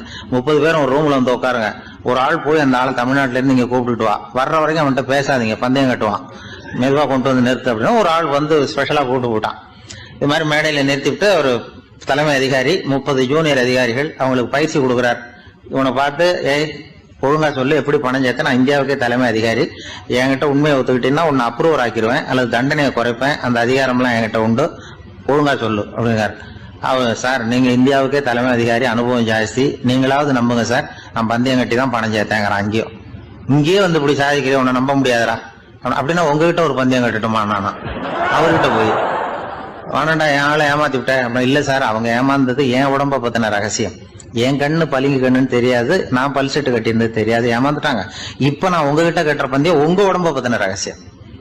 என் உடம்புல என்னடா ரகசியம், முதுகுல, உங்க முதுகுல 1 ரூபா அகலத்துக்கு கருப்பா ஒரு மச்சம் இருக்கு, உண்டா இல்லையானா, இல்லேன்னு தெரியும் அவருக்கு. இல்லடா நேத்து வரைக்கும் இல்ல சார், இப்ப இருக்குது மச்சம் அப்படின்னு உடனே 100 ரூபாய் எடுத்து வச்சார் அவர் தலைமை அதிகாரி. ஒரு 100 ரூபாய் வச்சு சட்டையை கட்டி காட்டுறாரு, மச்சம் இல்ல, இவன் தோத்துட்டான் இங்கிருந்து போனவன். உடனே 200 ரூபாய் எடுத்து வச்சுக்கிட்டு, தோழர்களே இப்படிதான் ஒருத்தரை விசாரிக்கணும், என்கிட்ட இவன் ஏமாந்துட்டான் பாருங்க, துருவி துருவி விசாரிக்கிறதுன்னு சொல்றாங்களே இதுதான் அப்படின்னு விளக்கம் கொடுத்தாரு. அப்போ இவன் மெதுவா ஆரம்பிச்சானா, சார் இந்த பந்தயத்துல உங்களுக்கு 200 ரூபாய் லாபம், ஆனா இதே பந்தயத்துல எனக்கு 2900 ரூபாய் லாபம் சார் அப்படின்றான். என்னடா பண்ண அப்படின்னு கேட்டிருக்காரு. உங்களுக்கு தெரியாம இந்த 30 பேர்கிட்டையும் தனித்தனியா ஒரு பந்தயம் கட்டியிருக்கேன். 30 பேர்கிட்ட என்னடா பந்தயம் கட்டினேன், ஒண்ணும் இல்ல சார், உங்க எல்லாரும் முன்னாடியும் உங்க மேல் அதிகாரியை சட்டையை கேட்ட வைக்கிறேன். உங்களுக்கு பந்தயம் கட்டினேன் போயிட்டு உங்க பூரா எனக்கு ஒரு 2,900 ரூபாய் ஆகணும். அவரு பார்த்தா அதிர்ச்சி ஆயிட்டாரு. தலைமை சார் நீங்க போங்க சார் அப்படின்னு சொல்லி ஒரு ஆளை கொண்டு போய் சாரை கொண்டு போய் மரியாதையா பக்கத்து ரூம்ல விட்டாங்க. இனிமே அவர்கிட்ட யாரும் பேசாதீங்க வாங்கன்னு சொல்லிவிட்டு, அதுக்கப்புறம் தோழர்களே இவர் பேச ஆரம்பிச்சாரு. தோழர்களே இனிமே யாரும் தமிழ்நாட்டு பக்கம் விசாரிக்க போகாதீங்க. நீங்க யாராவது போறதுன்னா மத்திய பிரதேசம், உத்தரப்பிரதேசம், இப்படி எத்தனையோ பிரதேசம் இருக்கு, போயிட்டு வாங்க. தமிழ்நாட்டு மட்டும் போகாதீங்க, ஏன்னா அங்க போனா நம்ம பணத்துக்கு ஆபத்து வந்துருது அப்படின்னு சொன்னாருன்னு இந்த கதையை ரேடியோவில் சொன்னேன். இந்த கதையை உண்மை சம்பவமா சொன்னா அனுமதிச்சிருக்க மாட்டாங்க. இந்த நகைச்சுவைக்கு உள்ள மரியாதை என்னன்னா, அது ஒரு கதை மாதிரி உண்டு பண்ணி இப்படி சொன்னதும், இதுல என்ன அதனுடைய விசேஷம்னா, இந்த ஸ்கிரிப்டை வாங்கிட்டு வர சொல்லி மந்திரியினுடைய பிஏ வந்தார். ஒரு மந்திரி அப்ப இருந்தவர். அவர் பிஏ அடிக்கடி வருவார். வந்து இந்த போன நேற்று முந்தா நாள் ரேடியோவில் சொன்னேன் அந்த இன்னொரு தகவல் காப்பி ஒண்ணு வாங்கிட்டு வா அப்படி இப்படின்னு கூப்பிடுவார். மேடையில பேசுறதுக்கு எங்களுக்கு தேவை, உபயோகப்படும்னு கேட்பார். அவரு இந்த நிகழ்ச்சி வந்தப்போ உடனே அன்னைக்கு வந்துட்டார் அந்த பிஏ. இன்னைக்கு காலையில சொன்னீங்களே சார், மந்திரி கேட்கிறாரு மேடையில பேசுறதுக்கு அப்படின்னு. நான் அப்பதான் ஆச்சரியப்பட்டேன். பாருங்க, இந்த நகைச்சுவைக்கு உள்ள மரியாதை அவரே கேட்கிறார். சொல்லப்பட்டதே அவரை பத்தி தாங்கிறது தெரியாம அவரே எப்படி சொல்ல, அதுதான் சிரிப்புக்குள்ள மரியாதைங்கிறது. அது யாரை பத்தி சொல்றோமோ அவருக்கு தெரியாம கூட சொல்லலாம். அதை அப்படி இது உண்மையில நடந்த சம்பவம். அந்த அமைச்சர் இப்ப இல்ல, உயிரோட எல்லாம் இருந்து வாங்கிட்டு இருந்தார். கிராமத்துல ஒருத்தன் வந்து தன்னுடைய நகங்களை வெட்டிக்கிட்டு இருந்தான். வெட்டி முடிச்சதும் ஒரு வயசானவர் அவனை பார்த்து, அதையெல்லாம் அடுத்தவன் கண்ணில் படுறது மாதிரி போட்டுறாதப்பா, ஆபத்துன்னார். என்ன ஆபத்துன்னு கேட்டான் இவன். எவனாவது பில்லி சூனியம் வைக்கிறவன் எடுத்துட்டு போயிட போறான் அப்படின்னாரு அவர். வேண்டாத ஒருத்தனுக்கு ஏதாவது கெடுதல் பண்ணணும்னா உடனே மந்திரவாதியை தேடி போறது உண்டு. மந்திரவாதி என்ன பண்ணுவாருன்னா, யாருக்கு சூன்யம் வைக்கணுமோ அவனோட காலடி மண்ணு, முடி, நகம் இதையெல்லாம் அவனுக்கு தெரியாம எடுத்துட்டு வா அப்படிம்பார். இது மட்டும் இல்ல, அழுக்கு துணி, வேறு மனித உருவம் மாதிரி செய்யப்பட்ட பொம்மை இதையெல்லாம் கூட மந்திரவாதிகள் பயன்படுத்துறது உண்டு. இதெல்லாம் ஏமாத்து வேலை. மனிதனுடைய முடி, நகம் இதெல்லாம் வெட்ட வெட்ட வளருது இல்லையா, அதனால அதுக்குள்ள உயிர் இருக்கிறதாக ஆதி மனிதர்கள் நம்பி இருப்பாங்க. அதனால மனுஷங்கிட்ட இருந்து அதெல்லாம் பிரிக்கப்பட்ட பிறகும் கூட அதுகளுக்கும் அந்த மனுஷனுக்கும் தொடர்பு இருக்கிறதாக அவங்க நம்பினாங்க. அந்த நம்பிக்கை தொடர்ந்து வந்து அதோட விளைவாதான் இன்னைக்கு மந்திரவாதிகள் நகத்தையும் முடியையும் எடுக்கிறாங்க. அந்த நகத்துக்கும் முடிக்கும் ஒரு பாதிப்பு உண்டாக்குனா அது சம்பந்தப்பட்டவனுக்கு போய் சேரும் அப்படிங்கறது அவங்க நினைப்பு. அவ்வளவுதான் விஷயம். இது மாதிரி நம்பிக்கைகள் தான் இன்னைக்கு நகம், முடி இதையெல்லாம் மற்றவங்க கண்ணில் படும்படி போடக்கூடாது அப்படிங்கிற வழக்கத்தை உண்டாக்கி விட்டுது. ஒருத்தர் பேரு என்னன்னு கேட்டு தெரிஞ்சுட்டு போய் அந்த பேரை வச்சு அவனோட ராசி பலனை கணிச்சு அவனுக்கு ஏற்பட இருக்கிற கெட்ட நேரத்துல அவனுக்கு சூன்யம் வச்சா அது உடனே பலிக்கும் அப்படின்னு ஒரு நம்பிக்கை. அது மட்டும் இல்ல, சூன்ய தகட்டுல பேரை எழுதி புதைக்கிறதும் உண்டு. இதனாலதான் பெண்கள் வந்து கணவன் பேரை சொல்லாத பழக்கம் ஏற்பட்டுதான். அதாவது பேரை கேட்டுக்கிட்டு போய் ஏதாவது கெடுதல் பண்ணிவிட்டா என்ன பண்றது அப்படிங்கிற பயம். அப்படி ஆரம்பிச்ச பழக்கம்தான் இன்னைக்கு ஏதோ மரியாதைக்காக கணவன் பேரை வந்து பிறர் முன்னிலையில சொல்றது இல்லை அப்படிங்கறது மாதிரி ஆயிட்டுது. மந்திரவாதிகள் நம்ம ஊர்ல மட்டும்தான் இருக்கிறாங்கன்னு நினைக்காதீங்க, உலகம் பூரா உண்டு. பிசி தீவில் வாழக்கூடிய மக்கள் என்ன செய்வாங்களாம் தெரியுமா? இது மாதிரி மாந்திரீகம், செய்வன, பில்லி, சூனியம் இதெல்லாம் தங்களை பாதிக்காம இருக்கிறதுக்காக வீட்டை சுத்தி அகழி வெட்டி அதுல தண்ணீரை வந்து நிரப்பி வச்சிருவாங்களாம்.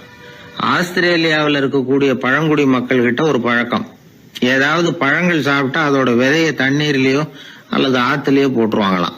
வெளியில போட்டுட்டா அதை எடுத்து செய்வினைக்கு பயன்படுத்திடுவாங்க அப்படிங்கிற பயம்.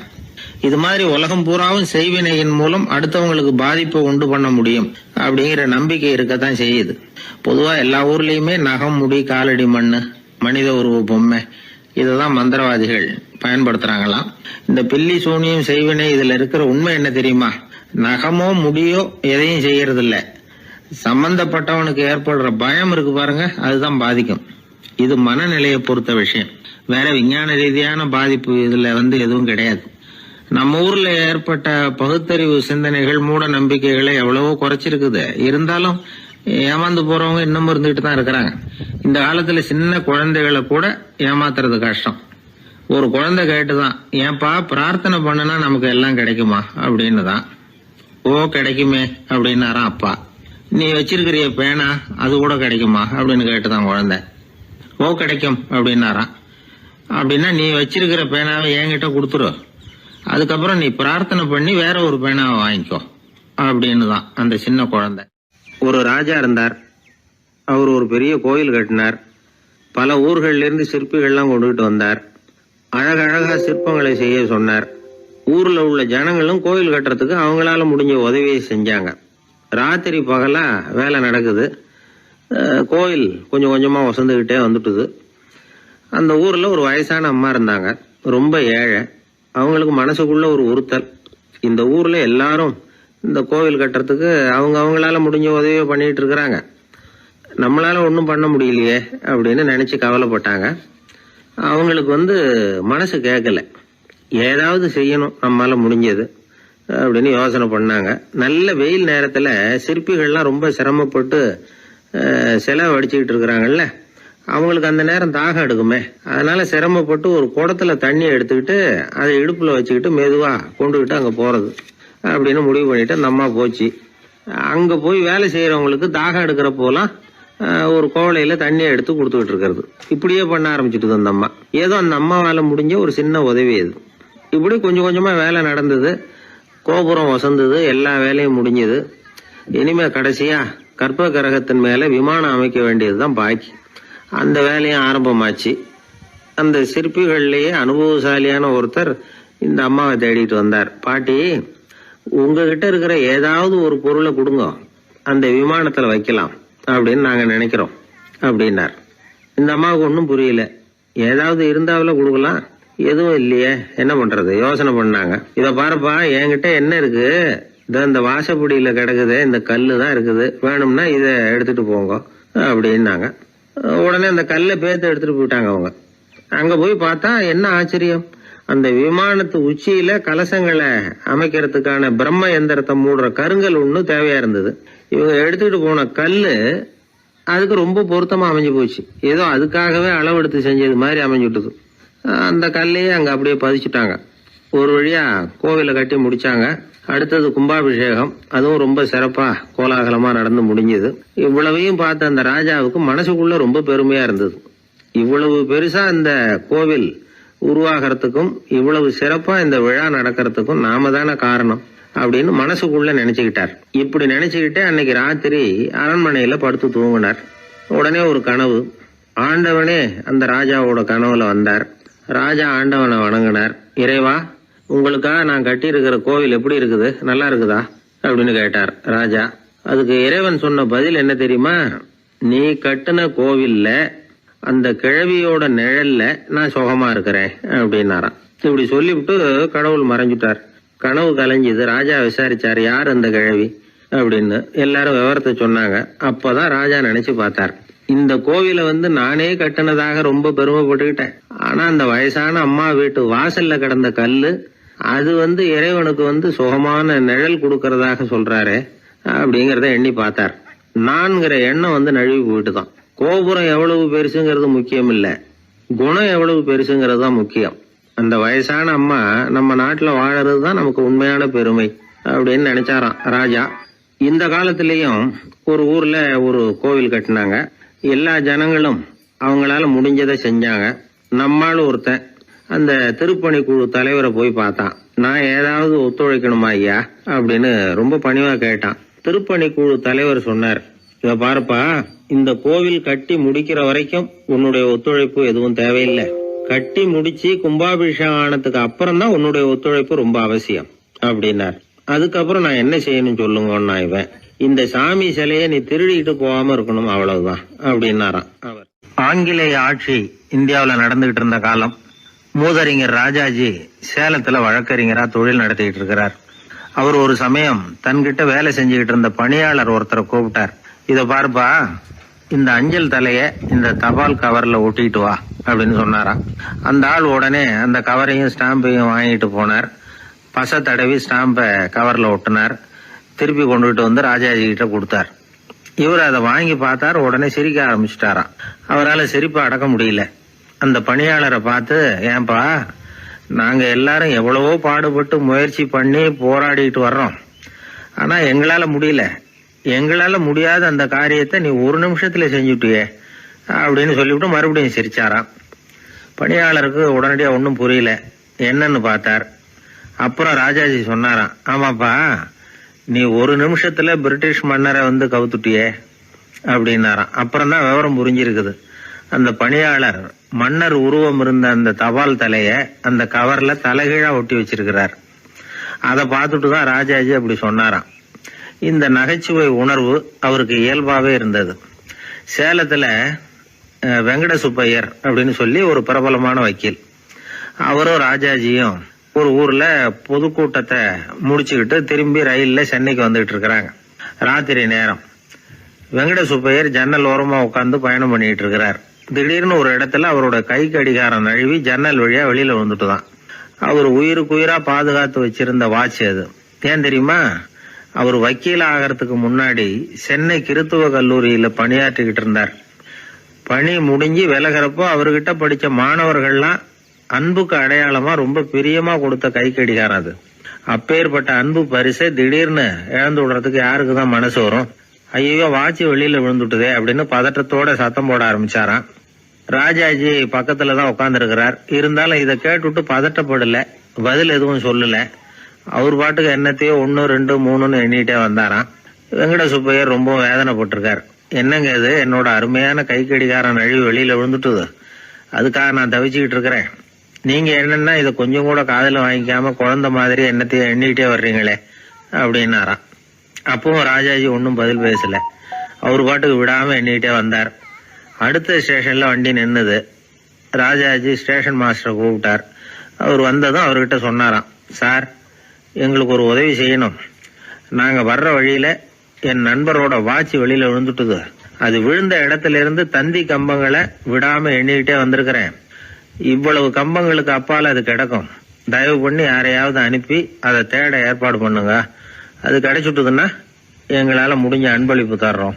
அது மட்டும் இல்ல, எங்களுக்கு ஒரு லெட்டர் போடுங்க, கிடைச்சுட்டுதுங்கிற விவரத்தை நாங்க வந்து வாங்கிக்கிறோம் அப்படின்னு எல்லாம் சொன்னாங்களாம். அப்படின்னு சொல்லி முகவரியெல்லாம் கொடுத்துட்டு வந்துட்டாங்க அவங்க. கொஞ்ச நாள்ல அந்த கடிகாரமும் வந்து சேர்ந்துட்டு தான். இது எதுக்கு சொல்றாங்கன்னா, பதற்றம் அடையக்கூடாது அப்படிங்கறது ரொம்ப முக்கியம். பதற்றம் அடையக்கூடிய நேரத்துல கூட அறிவை சிதற விடாம செயல்படுத்துற சாமர்த்தியம் எல்லாருக்கும் சுலபமா வந்துடாது. அவரோட நகைச்சுவை உணர்வுக்கு இன்னொரு உதாரணம். ஒரு தடவை அவரை பாக்குறதுக்கு ஒரு நண்பர் வந்தாராம். என்னப்பா பண்ணிட்டு இருக்கிற அப்படின்னு விசாரிச்சிருக்காரு ராஜாஜி. இப்ப நான் நிறைய கதை கட்டுரை எல்லாம் எழுதுறேன் சார், புத்தகம் போடுறேன் அப்படின்னாராம் வந்தவர். அப்படின்னா சாப்பாட்டுக்கு என்ன பண்ற அப்படின்னு கேட்டாராம் ராஜாஜி. இங்க எழுத்த நம்பி யாரும் காலம் தள்ள முடியாதுங்கிறத அவ்வளவு தெளிவா அவர் புரிஞ்சு வச்சிருக்கிறார். என்னுடைய நண்பர் ஒருத்தர், அவர் விரல்ல நகமே இருக்காது. என்ன காரணம்னு நினைக்கிறீங்க? எல்லாத்தையும் அவரே கடிச்சு துப்பிடுவார். அப்படி ஒரு பழக்கம். சின்ன குழந்தைகள் நகம் கடிக்குது, விரல் சூப்புது. இதுக்கு என்ன காரணம் தெரியுமா? குழந்தைகள் மனசுல ஏற்படக்கூடிய ஒருவித பாதுகாப்பின்மை, இன்செக்யூரிட்டி, அல்லது தான் சரியா கவனிக்கப்படல அப்படிங்கிற எண்ணத்தோட வெளிப்பாடு தான் அது அப்படிங்கிறாங்க டாக்டர்கள். சில இடங்கள்ல 2வது குழந்தை பிறந்த உடனே பெரியவர்கள் கவனம் முதல் குழந்தைகிட்ட இருந்து கொஞ்சம் விலகி 2வது குழந்தைகிட்ட போயிடும். அந்த சமயத்துல முதல் குழந்தைக்கு இந்த பழக்கம் ஏற்படுறதுக்கு வாய்ப்பு உண்டாம். சில குடும்பங்கள்ல கணவன் மனைவி 2 பேருமே வேலைக்கு போறவங்களா இருப்பாங்க. குழந்தை ரொம்ப நேரத்துக்கு பெத்தவங்களை பிரிஞ்சு இருக்க வேண்டிய சூழ்நிலை இருக்கும். குழந்தை ஒரு பாதுகாப்பின்மையை உணர ஆரம்பிக்கும். இந்த பழக்கம் வந்துடும். அதனால ஒரு குழந்தைக்கு தான் ஒதுக்கப்படுறோம் அப்படிங்கிற நினைப்பு வராம பாத்துக்கணும். வளர்ந்த குழந்தைகளும் நகம் கடிக்கும். வயசானவங்க கிட்டையும் இந்த பழக்கம் இருக்கும். இது ஒரு மனச்சிதைவின் வெளிப்பாடு அப்படிங்கிறாங்க மனநல நிபுணர்கள். அம்மா அப்பா திட்டினாலும் சரி, அல்லது ஆசிரியர் திட்டினாலும் சரி, இந்த பழக்கம் வந்துடும். நாம தவறு பண்ணிட்டோம் அப்படிங்கிற நினைப்பு வர்ற சமயம் நகம் கடிக்க ஆரம்பிச்சிருவோம். ஏதோ ஒண்ணு அடையணும் அப்படின்னு நினைக்கிறோம், அதை அடைய முடியல. இப்படி ஒரு ஏக்கம் வர்ற சமயத்திலேயும் சில பேர் நகத்தை கடிக்க ஆரம்பிச்சிருவாங்க. ஒரு பெரிய அதிகாரி, தனியார் நிறுவனத்துல வேலை பார்க்கிறவரு, அவரு டென்ஷன் ஆயிட்டாருன்னா உடனே அறைக்கு அதை சாத்தி விடுவாங்களாம். அவரே சாத்திக்குவாராம். அப்படி சாத்திக்கிட்டு உள்ள எதையாவது வெறிச்சு பார்த்துக்கிட்டே நகத்தை கடிக்க ஆரம்பிச்சிருவாராம். இந்த பழக்கம் உலகம் பூரா உண்டு. நகம் கடிக்கிறவங்களை அந்த பழக்கத்திலிருந்து மீட்கிறதுக்கு என்ன வழி அப்படின்னு லண்டன்ல உள்ள அழகியல் நிறுவன நிபுணர்கள் யோசனை பண்ணி பார்த்திருக்கிறாங்க. சில ஆய்வுகள் பண்ணி பார்த்தாங்களாம். அவங்க என்ன பண்ணாங்க தெரியுமா? நகம் கடிக்கிற பழக்கம் உள்ளவங்களையெல்லாம் தேடி பிடிச்சாங்க. அவங்களையெல்லாம் 3 பிரிவா பிரிச்சுக்கிட்டாங்க. ஒரு பிரிவு கிட்ட என்ன சொன்னாங்கன்னா, உங்களுக்கு நகத்தை கடிக்கணுங்கிற நினைப்பு வர்றப்போவெல்லாம் டைரி எழுத ஆரம்பிச்சிருங்க அப்படின்னாங்களாம். இன்னொரு பிரிவு கிட்ட உங்களுக்கு அந்த நினைப்பு வர்றப்போவெல்லாம் உங்க நகத்துக்கு வண்ணம் பூச ஆரம்பிச்சிருங்க, அழகுபடுத்த ஆரம்பிச்சிருங்க, நெயில் பாலிஷ் போடுறாங்களே அது மாதிரி, அப்படி ஒரு யோசனை சொல்லியிருக்காங்க. மூணாவது குழுவினர்கிட்ட உங்களுக்கு நகத்தை கடிக்கணுங்கிற எண்ணம் வர்றப்போவெல்லாம் விரல்களை இறுக்கமா மூடி வச்சுக்கிட்டு வேற விஷயங்கள்ல கவனம் செலுத்துங்க அப்படின்னு சொன்னாங்களாம். இப்படி 3 வித முயற்சி பண்ணி பார்த்ததுல கடைசியா அவங்க என்ன கண்டுபிடிச்சாங்க தெரியுமா? 3வது குழு செஞ்சதுல நல்ல பலன் கிடைச்சதாம். அதாவது நகம் தெரியாதபடிக்கு விரலை இறுக மூடிக்கிட்டு வச்சுக்கிட்டோம்னா அந்த பழக்கம் மாறுதான். அப்படி இருந்தவங்க கிட்ட இந்த நகம் கடிக்கிற பழக்கம் மெதுவா குறைஞ்சு போச்சான். அதனால நகம் கடிக்கிற பழக்கம் உள்ளவங்க இதை முயற்சி பண்ணி பார்க்கலாம். ஒரு ஆள் இருந்தார், அவருக்கு எப்ப பார்த்தாலும் நகத்தை கடிச்சுக்கிட்டே இருக்கணும், அப்படி ஒரு பழக்கம். அதனால அவர் விரல்ல எப்பவும் நகம் இருக்கிறது இல்ல, விரல் இருக்கிறதே பெரிய ஆச்சரியம்.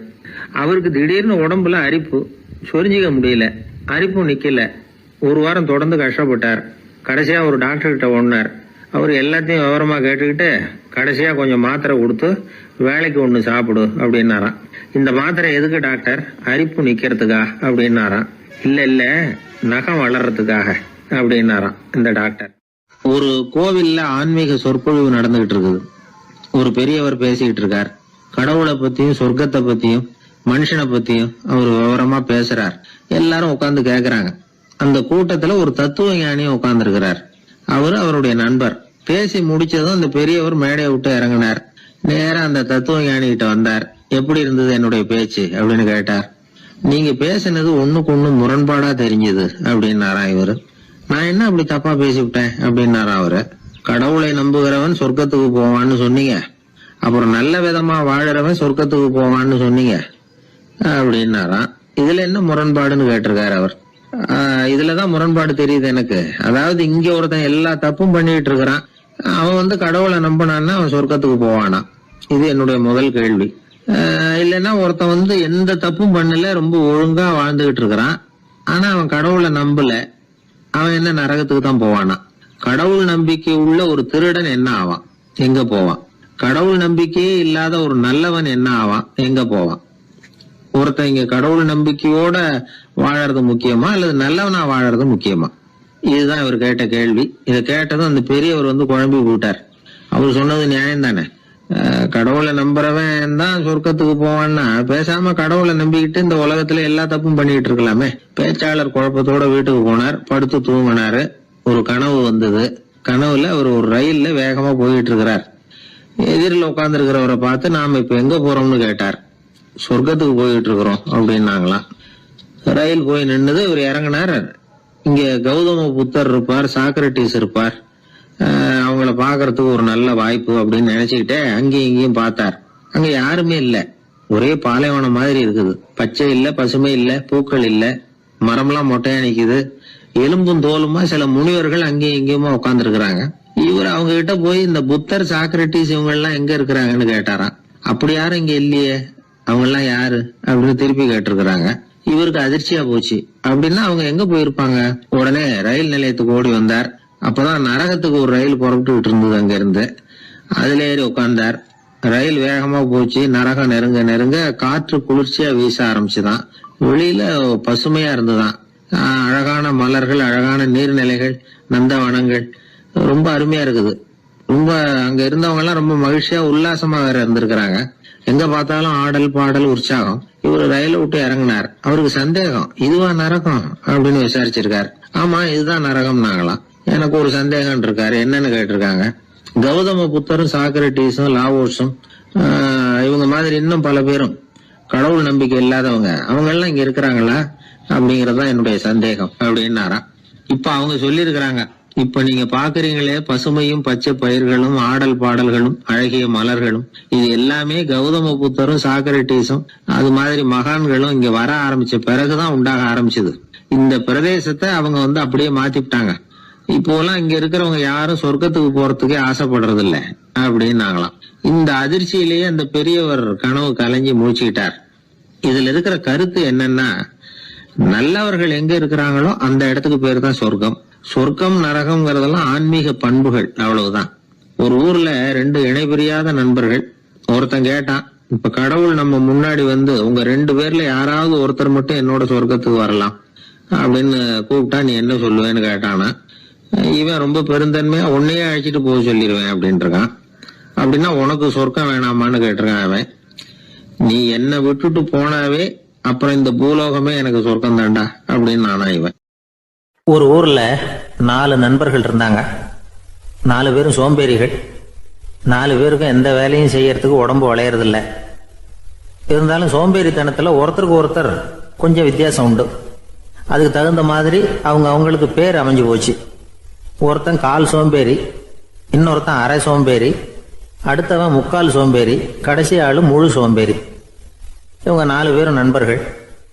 அப்புறம் எப்படி காரியம் நடக்கும்? 4 பேரும் ஒரு வீதியில் அப்படியே நடந்து போய்கிட்டு இருக்கிறாங்க. நல்ல பசி. எங்கேயாவது சோறு போடுவாங்களா அப்படின்னு பார்த்துக்கிட்டே வந்தாங்க. அவங்க வந்த வழியில் ஒரு ரூபா காசு கிடந்தது தரையில். அவங்க கண்ணில் அது பட்டுது. ஆனாலும் அதை குனிஞ்சு எடுக்கணுமே, அதுக்கு சோம்பேறித்தனம். முழு சோம்பேறி பார்த்தான். பக்கத்தில் வந்துக்கிட்டு இருந்த முக்கால் சோம்பேறிக்கிட்ட சொன்னானா, டேய் அதை கொஞ்சம் குனிஞ்சு எடுறா அப்படின்னானா. அவன் என்ன பண்ணான் தெரியுமா? அதுக்கு அடுத்தபடியாக வந்த அரை சோம்பேறிக்கிட்ட சொன்னானா, டேய் நீ அதை கொஞ்சம் குனிஞ்சு எடுறா அப்படின்னானா. அவன் இவனை விட மோசம். அடுத்தவங்ககிட்ட சொல்லியிருக்கிறான். அவனும் குனியறதுக்கு தயாராக இல்லை. ஆக கூடி கடைசியில் யாருமே காசை எடுக்கலை. என்னத்துக்கு அனாவசியமாக உடம்ப வளைச்சிக்கணும் அப்படின்னு எல்லாரும் பேசாமல் வந்துட்டாங்க. அவங்க பாட்டுக்கு நடந்து வந்துக்கிட்டே இருக்கிறாங்க. எதிரில் ஒருத்தன் வாழைப்பழத்தை வண்டியில் வச்சு தள்ளிக்கிட்டே வந்தான். ரூபாய்க்கு 4 பழம்னு கூவி விற்றுக்கிட்டே வர்றான்.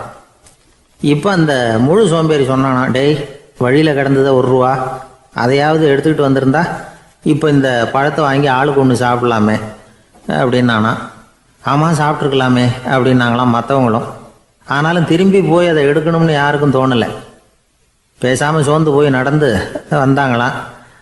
இருட்டி போச்சு. வழியில் ஒரு கோவில். சரி இங்கேயே படுத்து தூங்குவோம் அப்படின்னா ஒருத்தன். அதுதான் சரின்னாங்க மற்றவங்களும். அப்படியே மண்டபத்தில் படுத்துட்டாங்க. கோவில் அர்ச்சகர் வேலையெல்லாம் முடிச்சு விட்டு வெளியில் வந்திருக்காரு. இவங்கள பார்த்தாராம். ஏன் இப்படி சோர்ந்து போய் கிடக்குறீங்க அப்படின்னு விசாரிச்சிருக்காரு. 2 நாளாச்சுங்க நாங்கள் சாப்பிட்டு அப்படின்னாங்களாம். அவர் உடனே ஐயோ பாவம் அப்படின்னு சொல்லி பானை, விறகு, அரிசி, தண்ணி எல்லாம் கொடுத்து நீங்களே சமையல் பண்ணி சாப்பிட்டுக்கோங்க அப்படின்னு சொல்லிவிட்டு போயிட்டார். இந்த 4 பேருக்கும் சமையல் பண்ணி சாப்பிட்ணும்னு ஆசையாக தான் இருந்தது. ஆனால் அடுப்பு பற்ற வைக்கணுமே, அதுக்கு தீப்பெட்டி வேணுமே. தீப்பெட்டி இல்லை. இப்போ முழு சோம்பேறி ஆரம்பித்தான். அடுத்தவனை பார்த்து, டேய் கடைக்கு போய் ஒரு தீப்பெட்டி வாங்கிட்டு வாயேன் அப்படின்னு நானா. அவன் வழக்கம் போல் அடுத்தவங்ககிட்ட சொல்லியிருக்கான். அவன் அதுக்கு அடுத்தவங்ககிட்ட சொல்லியிருக்கிறான். கடைசியாக கால் சோம்பேறிக்கிட்ட வந்து சேர்ந்தது. அவனும் அது நம்மால் முடியாது அப்படின்னு பேசாமல் இருந்துட்டான். இப்போ தீப்பெட்டி வேணுமே, அதுக்கு என்ன பண்ணுறது? அவங்களுக்குள்ளே பேசி ஒரு முடிவுக்கு வந்தாங்களாம். அதாவது யார் முதல்ல வாயை திறந்து பேசுகிறாங்களோ அவங்க தான் தீப்பெட்டி வாங்கிறதுக்கு போகணும் அப்படின்னு. அவ்வளவுதான். உடனே 4 பேரும் வாயை கெட்டியாக மூடிக்கிட்டு படுத்துக்கிட்டாங்க. அவங்க சமையல் பண்ணி சாப்பிட்டாங்களா என்ன அப்படிங்கிறது அர்ச்சகருக்கு தெரியல. சரி பார்த்துட்டு வரலாமேன்னு வந்தார். வந்து பார்க்குறாரு, இவங்க 4 பேரும் அசையாமல் படுத்து கிடக்குறாங்க. அர்ச்சகர் பயந்துட்டார். ஒருவேளை பசி தாங்காமல் செத்து போட்டாங்களோ அப்படிங்கிற பயம், அல்லது நாம் கொடுத்த உணவுப் பொருளில் ஏதாவது விஷம் கலந்துருக்குமோ அப்படின்னும் பயந்தார். அப்படின்னா நம்ம மேலே பழி வந்துருமே அப்படின்னு நினச்சி நடுங்க ஆரம்பிச்சிட்டார். அப்புறம் அவரும் ஒரு முடிவுக்கு வந்தாராம். கோவிலுக்கு பக்கத்துலேயே ஒரு பெரிய குழி இருந்தது. அதில் ஒவ்வொருத்தரையா இழுத்துக்கிட்டு போய் போட்டார். கொஞ்சம் மண்ணை தள்ளினார். காலால் மிதிச்சார். அவர் மிதித்த மிதி ஒருத்தன் அடி வயத்தில் போட்டுவிட்டுது. அவன் உடனே வலி தாங்காமல் ஐயோ அம்மான்னு அலறினான். உடனே நடந்தது என்ன தெரியுமா? மற்ற 3 பேரும் துள்ளி எழுந்திரிச்சாங்களாம். அவனை பார்த்து நீ தாண்டா தீப்பெட்டி வாங்க போகணும், நீ தாண்டா வாங்க போகணும், நீ தான் சத்தம் போட்ட அப்படின்னு சொல்லி ஆரம்பிச்சிட்டாங்களாம். அர்ச்சகர் பார்த்தார். இது பேய் மாதிரி தெரியுதுன்னு நினச்சிக்கிட்டு ஒரே ஓட்டமாக ஓடி போட்டாரான். கிராமப்புறங்களில் இப்படி ஒரு கதையை சொல்கிறது உண்டு. சோம்பல்ங்கிறது நம்ம முன்னேற்றத்துக்கு பெரிய தடை அப்படிங்கிறத நாம் புரிஞ்சுக்கணும். அதுதான் இந்த கதை சொல்கிற நீதி. ஒரு பள்ளிக்கூடத்தில் ஒரு புதுமையான போட்டி நடந்துதான். அதாவது சோம்பேறித்தனத்துக்கு பரிசு. அதில் 2வது பரிசு யாருக்குன்னு அறிவிச்சாங்க. ஒரு பையன் எழுந்திரிச்சு மெதுவாக நடந்து போய் பரிசை வாங்கிட்டான். அடுத்தது முதல் பரிசு யாருக்கு அப்படின்னு அறிவிச்சாங்களாம். அவன் கடைசி வரிசையிலேருந்து கத்தனானா, ஐயா அதையும் அந்த பையன் மூலமாகவே கொடுத்து அனுப்பி வச்சுருங்க, இங்கே வந்தது நான் வாங்கிக்கிறேன் அப்படின்னானா. என்னுடைய நண்பர் ஒருத்தர், அவருக்கு ஜாதகத்தில் நம்பிக்கை உண்டு. அவரே ஜோசியம்லாம் பார்ப்பார். என்ன சார் இந்த காலத்தில் இதையெல்லாம் நம்பிக்கிட்டு இருக்கீங்களே அப்படின்னு கேட்டா, உங்களுக்கு ஒன்றும் தெரியாது சார். இந்த உலகத்தில் ஒவ்வொருத்தரும் அவங்கவங்க செய்கிற நல்லது கெட்டதுக்கு தகுந்த பலனை அனுபவிச்சே தீரணும் பார். அது மட்டும் இல்லை, ஒருத்தன் செத்துட்டா கூட அவன் செஞ்ச பாவ புண்ணியங்கள் கூடவே போய்கிட்டு இருக்கோம் பார். அது எப்படி கூட போவோம் அப்படின்னு குதர்க்கமாக கேட்டால், அதுக்கு அவர் ஒரு கதை சொன்னார். அது ரொம்ப சுவாரஸ்யமாக இருந்தது. அது என்ன கதைன்னா, ஒரு ஊரில் ஒருத்தர் இருந்தாராம். அவர் ஜோசியம் பார்க்குறதுல ரொம்ப கெட்டிக்காரரான். ஒருத்தருடைய தலைமுடியை மட்டும் அவர்கிட்ட காட்டினா போதும், அதை மட்டும் பார்த்துட்டு அவருடைய ஜாதகத்தையே அலசி விடுவாராம். அப்பேற்பட்ட திறமை. அந்த ஆள் ஒரு சமயம் கன்னியாகுமரி கடற்கரைக்கு போயிருந்திருக்கார்.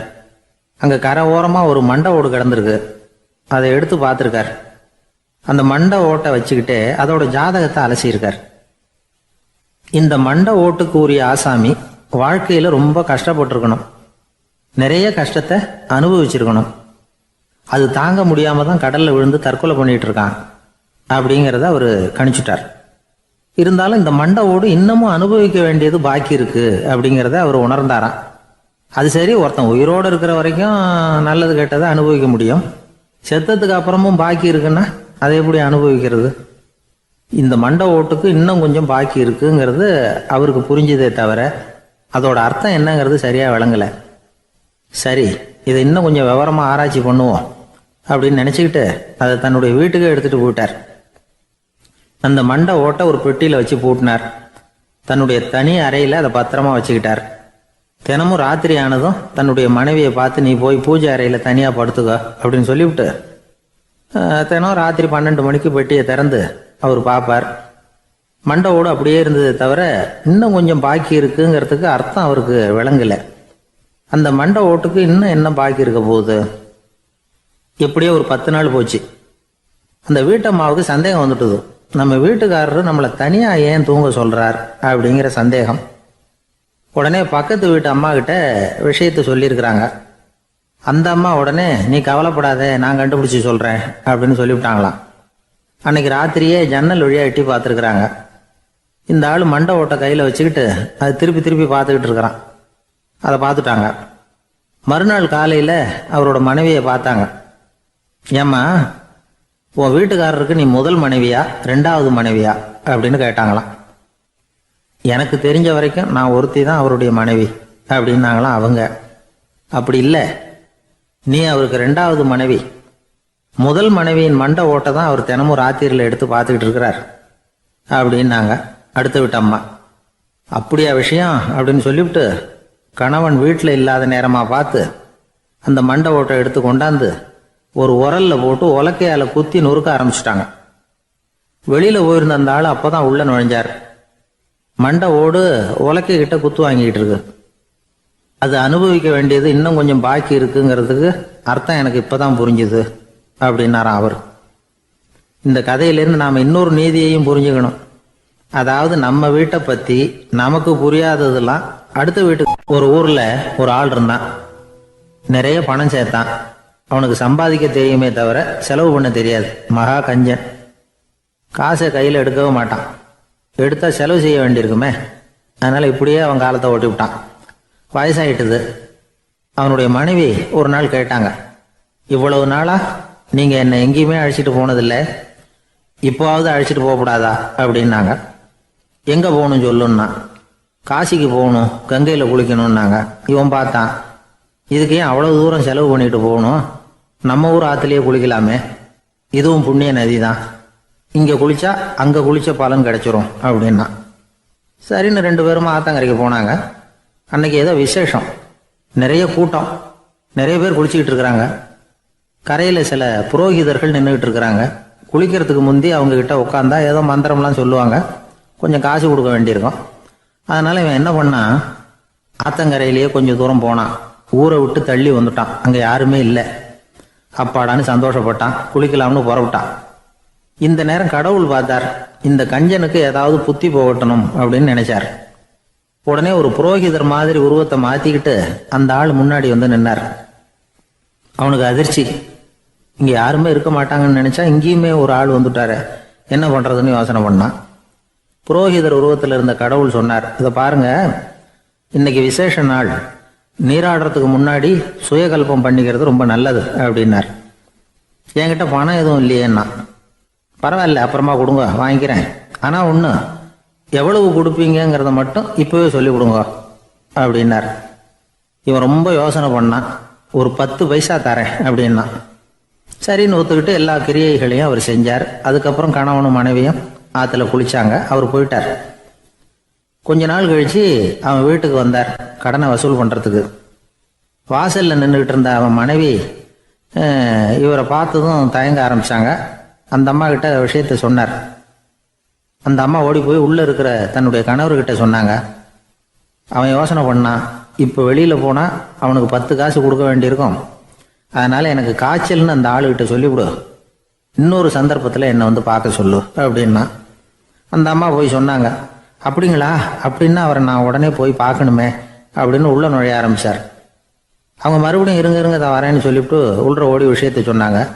இது எதுடா வம்பா போச்சு அப்படின்னு பார்த்தான். மனைவியை கிட்டத்தில் கூப்பிட்டான். இந்த பாரு, ஜன்னி கண்டு நான் இறந்து போயிட்டதா சொல்லிவிடு அப்படின்னா சொன்னாங்க. புரோகிதர் பார்த்தார். அப்படின்னா ஒரு வழியாக இருந்து அவருடைய இறுதி சடங்குகளையும் நானே முடிச்சுட்டு போயிடுறேன் அப்படின்னார். உள்ளே இருந்தவன் யோசனை பண்ணான், அந்த ஆள் என்னை விட மாட்டான் போல இருக்கு, அதனால ஒரு சவப்பெட்டியில் என்னை வச்சு தூக்கிக்கிட்டு மயானத்துக்கு போங்க பார்த்துக்கலாம் அப்படின்னா. புரோகிதரும் விடுற மாதிரி இல்லை, கூடவே நடந்து போயிட்டு இருக்கிறார். அங்கே இறக்கி சடங்குகளை முடிச்சுட்டு தீ வைக்கிற நேரம் பொட்டிக்குள்ளே இருந்த நம்ம ஆள் அலறி அடிச்சுட்டு வெளியில் ஓடி வந்தான். புரோகிதர் உருவத்தில் இருந்த கடவுள் சிரிச்சார், தன்னுடைய சுய உருவத்தை காட்டினார். அதுக்கப்புறம் அவனை கூப்பிட்டு, இதை பாருப்பா, ஏன் இப்படி அல்லாடுற, ஏதாவது வர வேணும்னா கேள் தரேன் அப்படின்னார். அவன் யோசனை பண்ணான். பகவானே, ஒரே ஒரு வரம் தான் உங்ககிட்ட கேட்கணும்னா. என்ன வேணும் கேளுன்னார். அந்த 10 பைசா தட்சணையை தள்ளுபடி பண்ணா போதும் அப்படின்னா. கடவுளும் சரின்னு சொல்லிட்டு போயிட்டார். இப்படி ஒரு கதையை சுவாமி சிவானந்தர் சொல்லியிருக்கிறார். செல்வந்தர்கள் பல பேர் இப்படித்தான் இருக்கிறாங்க. தாங்களும் அனுபவிக்க மாட்டாங்க, அடுத்தவங்களுக்கும் கொடுக்க மாட்டாங்க. இது மாதிரியான கஞ்சர்களுக்கு இந்த உலகம் இல்லை அந்த உலகம் இல்லைங்கிறார் அவர். இந்த கதையில கடவுள் கடன் வசூலுக்கு வந்தது மாதிரி நம்ம ஊர் ஆள் ஒருத்தன் இன்னொருத்தர்கிட்ட 10 பைசா கடன் கொடுத்துட்டான். திருப்பி வாங்கறதுக்கு நடையா நடக்கிறான். கடைசியா கேட்டான், நீ எப்பதான் கடனை திருப்பி தரப்போற, அதை முடிவா சொல்லுன்னா. வர்ற வியாழக்கிழமை கண்டிப்பா கொடுத்துருவேன் அப்படின்னானா அவன். அன்னைக்கு நான் ஊர்ல இருக்க மாட்டேனே அப்படின்னானா இவன். அதனால என்ன, நானும் தான் அன்னைக்கு ஊர்ல இருக்க மாட்டேன் அப்படின்னானா. ஒரு ஊரில் ஒரு இளைஞன் இருந்தான். ஒரு நாள் அவன் ஒரு குருவை தேடிட்டு புறப்பட்டான். ஊரை விட்டு வெளியில் போனான். போகிற வழியில் ஒரு காடு. அந்த காட்டில் ஒரு மரத்தடியில் ஒரு பெரியவர் உட்காந்துருக்கிறார். அமைதியாக மௌனமாக அவர் அமர்ந்திருக்கிறார். இந்த பெரியவரை விசாரிக்கலாம், குருவை தேடி கண்டுபிடிக்கிறதுக்கு இவர் ஏதாவது ஒரு வழி சொல்லி கொடுப்பார் அப்படின்னு நினச்சிக்கிட்டு அவரை நெருங்கினான். ஐயா, எனக்கு ஒரு குரு தேவை, எங்கே கிடைப்பார், அவரை எப்படி அடையாளம் கண்டுபிடிக்கிறது, அதை பற்றி ஏதாவது விவரம் சொன்னீங்கன்னா நான் கண்டுபிடிச்சிக்குவேன் அப்படின்ட்டுருக்கான். பெரியவர் நிமிர்ந்து பார்த்தார். தம்பி, அது ரொம்ப சுலபம். அவர் வயசானவராக இருப்பார், என்னை விட சுமார் 30 வயசு அதிகமாக இருக்கும். அவர் ஒரு மரத்தடியில் தான் உட்காந்துருப்பார் அப்படின்ட்டுருக்கான். சரிங்க பெரியவரே, அது என்ன மாதிரியான மரம், எப்படி இருக்கும் அப்படின்னு கேட்டிருக்கான். பெரியவர் அந்த விவரங்களையும் சொல்லியிருக்கிறாரு. அது மட்டும் இல்லை, சந்திக்கிற நாள், நேரம், வினாடி முதற்கொண்டு எல்லா விவரங்களையும் துல்லியமாக சொன்னாராம்.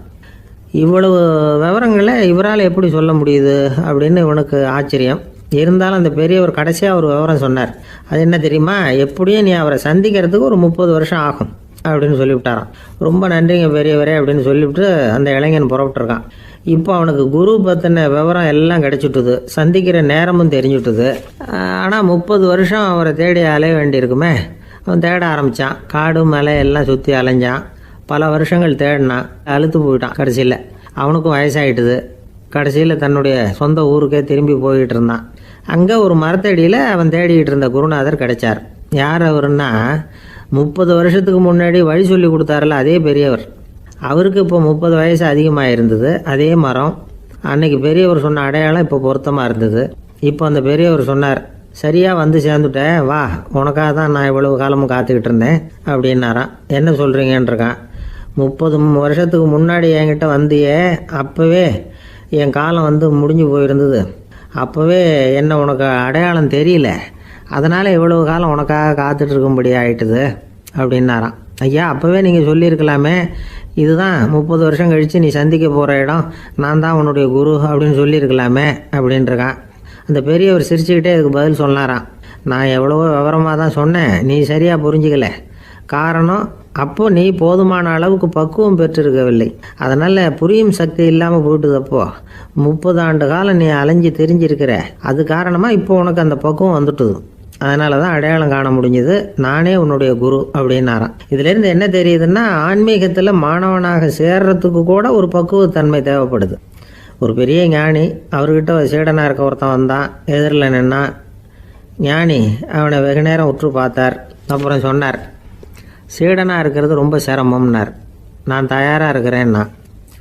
அது இன்னமும் சிரமமாச்சே, இங்கே குருவாக இருக்கிறது மட்டுமே சுலபம் அப்படின்னாராம். அப்படின்னா நான் குருவாகவே ஆயிடுறேன் அப்படின்னானா. இது போலவே இந்த காலத்தில் கதை ஒன்று உண்டு. ஒரு பள்ளிக்கூடத்தில் வகுப்பு ஆசிரியர் மாணவனை திட்டிக்கிட்டு இருந்தார். டேய், நீ 100க்கு 10 மார்க்கு தான் வாங்கிட்டு இருக்க. இவ்வளவு மோசமாக நீ படித்தா கடைசியில் மாடு மேய்க்கிறது கூட லாய்க்கு இல்லாதவனா ஆயிடுவேன். அதுக்கப்புறம் என்ன செய்ய போகிறேன் அப்படின்னாராம். பையன் தலையை சொரிஞ்சிக்கிட்டே சொன்னானா, சார் அப்படின்னா ஒன்று செய்கிறேன் அப்படின்னானா. இவர் கேட்டிருக்கார், என்ன செய்ய போகிறேன்னு. வேற என்ன சார், உங்களை மாதிரி ஒரு ஆசிரியர் ஆகிடுறேன் அப்படின்னானா. காசியில் இருக்கிற கடவுள் காசி விஸ்வநாதர், அங்கே இருக்கிற தேவி காசி விசாலாட்சி. இவங்க 2 பேரும் ஒரு நாள் பேசிக்கிட்டு இருந்தப்போ கடவுள் சொன்னார், இந்த மனிதர்களை நாம் ரொம்பவும் நம்பிக்கையோடு தான் படைச்சிருக்கிறோம். இருந்தாலும் அவங்களுக்கு தான் நம்பிக்கை இல்லை, எதுலேயும் ஒரு உண்மையான நம்பிக்கை இல்லாமல் வாழ்ந்துக்கிட்டு இருக்கிறாங்க அப்படின்னார். என்ன அப்படி சொல்கிறீங்க? அதை பாருங்கள், எவ்வளவு பேர் காசியை தேடிட்டு கங்கையில் குளிச்சுக்கிட்டு இருக்கிறாங்க. அவங்களெலாம் நம்பிக்கை இல்லைன்னா இவ்வளவு தூரம் தேடிட்டு இங்கே குளிப்பாங்களா அப்படின்னு நாங்கள் தேவி. சரி, அதை சோதித்து பார்க்கலாம் அப்படின்னு 2 பேரும் முடிவு பண்ணிக்கிட்டாங்க. உடனே ஒரு திட்டம் போட்டாங்க. அது எப்படின்னா, நாம் 2 பேருமே பக்தர்கள் மாதிரி உருவத்தை மாற்றிக்கிட்டு கங்கை கரைக்கு போக வேண்டியது. நான் கங்கையில் இறங்கி குளிக்கிறேன். கொஞ்ச நேரத்தில் சுழலில் மாட்டிக்கிட்டது மாதிரி நடிக்கிறேன். நீ உடனே கரையிலிருந்து சத்தம் போடும், என்னோடய வீட்டுக்காரரை யாராவது காப்பாற்றுங்களேன்னு சத்தம் போடும். அதோடு இன்னொன்று சொல்லு, யாராவது ஒரு புண்ணிய ஆத்மா அவர்கிட்ட போய் அவருடைய முடியை பிடிச்சி இழுக்கணும். அப்படி ஒரு சாபம் இருக்குது எங்களுக்கு. புண்ணிய ஆத்மா, அதாவது எந்த பாவமும் செய்யாத இல்லாத ஒருத்தர் தான் அவரை காப்பாற்ற முடியும். அப்படிப்பட்டவங்க யாராவது வெள்ளத்தில் குதிச்சு என்னுடைய கணவரை காப்பாற்றுங்கோ அப்படின்னு நீ சத்தம் போடு, கூச்சல் போடு, என்ன நடக்குதுன்னு பார்க்கலாம் அப்படின்னார் கடவுள். சரின்னு சொல்லி 2 பேருமா சாதாரண பக்தர்கள் மாதிரி கங்கை கரைக்கு சேர்ந்தாங்க. அவர் இறங்கி குளித்தார். திட்டம் போட்டது மாதிரியே சுழலில் மாட்டிக்கிட்டது மாதிரி கத்துனார். கரையில் இருந்த அந்த அம்மா, ஐயோ என் கணவரை காப்பாற்றுங்களேன், யாராவது காப்பாற்றுங்களேன்னு கத்துனாங்க. பல பேர் ஓடி வந்தாங்க. உடனே இவங்க, பாவம் இல்லாத புண்ணிய ஆத்மா ஒருத்தரால் தான் என்னுடைய கணவர் காப்பாற்றப்படணுங்கிறது விதி, அப்படி ஒரு சாபம் இருக்குது. அதனால் புண்ணிய ஆத்மா யாராவது அவர்கிட்ட போய் அவர் முடியை பிடிச்சி தூக்குனா அவரை காப்பாற்றி கொள்ளலாம் அப்படின்னாங்க. இவங்க இப்படி சொன்னதும் எல்லாரும் திகைச்சு போய் நின்றுட்டாங்க. ஒவ்வொருத்தருக்கும் அவங்க செஞ்ச பாவம்லாம் ஒவ்வொன்றா ஞாபகத்துக்கு வர ஆரம்பிச்சுட்டுது. சரி, இதுக்கு நாம் லாயக்கு இல்லை அப்படின்னு சொல்லி ஒதுங்கி போக ஆரம்பிச்சிட்டாங்க எல்லாம். இந்த சமயத்தில் யாரோ ஒருத்தர் வேகமாக ஓடி வந்தார், ஆற்றுல குதிச்சார். அவர்கிட்ட போனார், முடியை பிடிச்சார், தூக்குனார், அவரை காப்பாற்றி கரைக்கு கொண்டுட்டு வந்துட்டார். அப்படி காப்பாற்றின அந்த ஆளை இவங்க 2 பேரும் தனியாக கூப்பிட்டுக்கிட்டு ஒரு மண்டபத்துக்கு வந்துட்டாங்க. விசாரிக்கிறாங்க, நீ யாரப்பா அப்படின்னு கேட்குறாங்க. ஏதும் தெரியாத மாதிரி, நான் இந்த ஊர் அன்ன சத்திரத்தில் வேலை செய்கிற ஒரு சமையல்காரன் அப்படிங்கிறார். நீ கங்கையில் குளிக்கிறது உண்டான்னு கேட்டிருக்காங்க. நான் இந்த ஊர்லேயே தான் இருக்கிறேன், இருந்தாலும் தினமும் கங்கையில் குளிக்கிறது இல்லை, எப்பாவது ஒரு நாள் அங்கே குளிப்பேன் அப்படின்னார். கங்கையில் மூழ்கி எழுந்திரிச்சா பாவம்லாம் தொலையும்னு சொல்கிறாங்க. அப்படி இருக்கிறப்போ அங்கே இன்றைக்கி கங்கையில் குளிச்சுக்கிட்டு இருக்கிறவங்கெல்லாம் தங்களை புண்ணிய ஆத்மாவா நினைக்கல. கங்கையில் குளிக்காத நீ உன்னை புண்ணிய ஆத்மாவா நினச்சி என்னை காப்பாற்ற வந்திருக்கிற, அது எப்படி அப்படின்னு கேட்டார். அதுக்கு அந்த ஆள் சொல்கிறான், கங்கையில் குதித்ததுக்கு அப்புறம் தானே உங்களை காப்பாற்ற போகிறோம். அப்படி குதிக்கும் பொழுது என்னுடைய பாவம்லாம் போயிருக்கும்ல, நான் புண்ணிய ஆத்மாவாக ஆயிருப்பேனே, அதனால தான் துணிஞ்சு வந்து உங்களை காப்பாற்றினேன் அப்படின்னா. கடவுளும் தேவியும் அவனுக்கு வந்து காட்சி கொடுத்தாங்களாம். இப்படி ஒரு கதை உண்டு. அதாவது கங்கையில் குளிச்சுக்கிட்டு இருக்கிறவங்களுக்கே தங்களுடைய பாவம் போகுங்கிற நம்பிக்கை பரிபூர்ணமாக இல்லை. குளிக்காத ஒருத்தனுக்கு அந்த நம்பிக்கை இருந்தது. அதனால் அவனால் கடவுளை பார்க்க முடிஞ்சது. கடவுளை வந்து நாமளும் பார்க்க முடியுமா முடியாதா அப்படிங்கிற குழப்பம்லாம் நமக்கு வேண்டியதில்லை. நம்பிக்கையோடு வாழணுங்கிற உண்மையை மட்டும் இந்த கதையிலேருந்து புரிஞ்சுக்கிட்டால் போதும். ஏன்னா இந்த கதையை கேட்டுட்டு ஒரு நண்பன் குதர்க்கமாக ஒரு கேள்வி கேட்டான். ஏன் சார், கங்கையில் குளித்தா பாவம் போயிடும்னு சொல்கிறீங்களே, நான் எனக்கு வேண்டாத ஒருத்தனை அழைச்சிட்டு போய் கங்கையிலேயே தள்ளி விட்டுட்டு அதுக்கப்புறம் அங்கேயே முழுக்க போட்டுட்டு நான் செஞ்ச பாவத்தை வந்து அதுலேயே கழுவி விட்டுட்டு மறுபடியும் உங்ககிட்ட வந்துடுறேன்னு வச்சுக்கோங்க, நீங்கள் என்னை வந்து புண்ணிய ஆத்மான்னு ஏற்றுக்குவீங்களா அப்படிங்கிறான். ஆள் கொஞ்சம் அசந்தான் நம்மளே அங்கே அழைச்சிட்டு போனாலும் போயிடுவான். ஜவஹர்லால் நேரு பிரதமராக இருந்த சமயம் அவர் ஒரு தடவை சென்னைக்கு வந்திருக்கிறார். இங்கே சில முக்கிய நிகழ்ச்சிகளில் கலந்துக்கிறதுக்காக வந்திருந்தார். ஆளுநர் மாளிகையில் ஒரு நாள் ராத்திரி தங்கி மறுநாள் புதுடெல்லி புறப்படுறதாக ஏற்பாடு. நிகழ்ச்சியிலெல்லாம் முடிச்சுக்கிட்டு ஆளுநர் மாளிகையில் தங்கியிருக்கிறார். அன்றைக்கு இரவு படிக்கிறதுக்கு ஒரு முக்கியமான புத்தகம் அவருக்கு தேவைப்பட்டது. அந்த சமயத்தில் உலக அளவில் ஒரு முக்கியமான பொருளாதாரம் சம்பந்தமான ஒரு புத்தகம் வெளியாகி இருக்கிற விஷயம் அவருக்கு தெரியும். அந்த புத்தகம் மெட்ராஸுக்கு வந்திருக்குமா, அது இங்கே கிடைக்குமா அப்படின்னு விசாரிச்சிருக்கிறார் நேருஜி. அவர் இப்படி கேட்ட உடனே அங்கே இருந்தவங்கெல்லாம் ரொம்ப பரபரப்பாக செயல்பட ஆரம்பிச்சுட்டாங்க. முக்கியமான இடங்கள்ல எல்லாம் விசாரிச்சிருக்கிறாங்க அந்த புத்தகம் உங்ககிட்ட இருக்கான்னு. சென்னையில் உள்ள கன்னிமாரா நூல் நிலையத்துக்கு எப்படியும் அந்த புத்தகம் வந்திருக்கணும் அப்படின்னு ஒரு நம்பிக்கை. அங்கே விசாரித்தாங்க. அந்த புத்தகம் 2 நாளைக்கு முன்னாடி தான் அங்கே வந்திருக்குது அப்படிங்கிற விஷயம் தெரிஞ்சுது. உடனே எல்லோரும் அங்கே ஓடினாங்க. அவங்களுக்கு இன்னொரு சந்தேகம், புத்தகம் வந்திருக்கு சரி, அது இந்த சமயத்தில் வேறு யாரும் படிக்கிறதுக்கு எடுத்துகிட்டு போயிருக்கக்கூடாதே அப்படிங்கிற சந்தேகம் இருந்தாலும் மனசுக்குள்ளே ஒரு தைரியம். இப்படி ஒரு புத்தகம் வெளிவந்திருக்கிற விஷயமே நேருஜி சொல்லி தான் நமக்கே தெரியும். அதுவும் இல்லாமல் உலக பொருளாதாரம் சம்பந்தமான ஏதோ ஒரு புத்தகம் அது. அதை போய் இந்த நேரத்தில் அவ்வளவு ஆர்வமாக யார் எடுத்துகிட்டு போயிட போகிறாங்க அப்படிங்கிற தைரியம். இந்த தைரியத்தோடு அந்த நூல் நிலையத்துக்கு ஓடினாங்க. புத்தகத்தை தேடினா அது கிடைக்கல, யாரோ எடுத்துகிட்டு போயிருக்கிறாங்க. நேருவுக்கு மட்டுமே தெரிஞ்சிருந்த அந்த புத்தகம் பற்றின விஷயம் சென்னையில் வேற ஒருத்தருக்கும் தெரிஞ்சிருக்குது. உடனே எல்லாரும் பரபரப்பாக அந்த அதுக்குன்னு இருக்கிற ரிஜிஸ்டர் இருக்குல்ல, பதிவேடு, அதை புரட்டி பார்க்குறாங்க யார் எடுத்துகிட்டு போகிறாங்கன்னு தெரிஞ்சுக்கிறதுக்காக. எடுத்துகிட்டு போனவங்க அதில் கையெழுத்து போட்டிருப்பாங்கல்ல, அதை பார்த்து யாருன்னு தெரிஞ்சுக்கலாம் அப்படிங்கிறதுக்காக தான் அதை புரட்டுறாங்க. அதோ அந்த புத்தகத்தோட பேர் பக்கத்தில் அதை எடுத்துக்கிட்டு போனவங்க கையெழுத்து உத்து பார்க்குறாங்க எல்லாரும். அதில் போட்டிருக்குது பேர் CN அண்ணாதுரை அப்படின்னு எழுதியிருந்தது. அவர் தான் பேரறிஞர் அண்ணா. நேரு படிக்க விரும்பின ஒரு புத்தகத்தை அதே நேரம் படிக்க விரும்பின இன்னொரு தலைவர் இவர். படிக்கிறதுல அவருக்கு இருந்த ஆர்வத்தை நாம் தெரிஞ்சுக்கணும்னா அதுக்கு எவ்வளவோ சம்பவங்கள் இருக்குது. கடைசி காலத்தில் அவர் அடையாறு மருத்துவமனையில் படுத்திருக்கிறார். அவருக்கு ஒரு முக்கியமான அறுவை சிகிச்சை செய்ய வேண்டியிருக்குது அவசரமாக. அமெரிக்காவிலேருந்து டாக்டர் மில்லர் வந்திருக்கிறார். அவர்கிட்ட கேட்குறார், டாக்டர் நாளைக்கே அறுவை சிகிச்சை செய்ய போகிறீங்களா அப்படின்னு. ஆமாங்கிறார் டாக்டர் மில்லர். நாளைக்கு மறுநாள் செஞ்சுக்கிறேனே அப்படின்னாரான் அண்ணா. ஏன் ஏதாவது நாள் பார்க்குறீங்களான்னு கேட்டிருக்கார். இல்லை, ஒரு புத்தகத்தை படிச்சுக்கிட்டு இருக்கிறேன், அதை நாளைக்குள்ளே முடிச்சிருவேன், அதுக்கப்புறம் நான் இறந்தாலும் கவலை இல்லை அப்படின்னாரான் இவர்.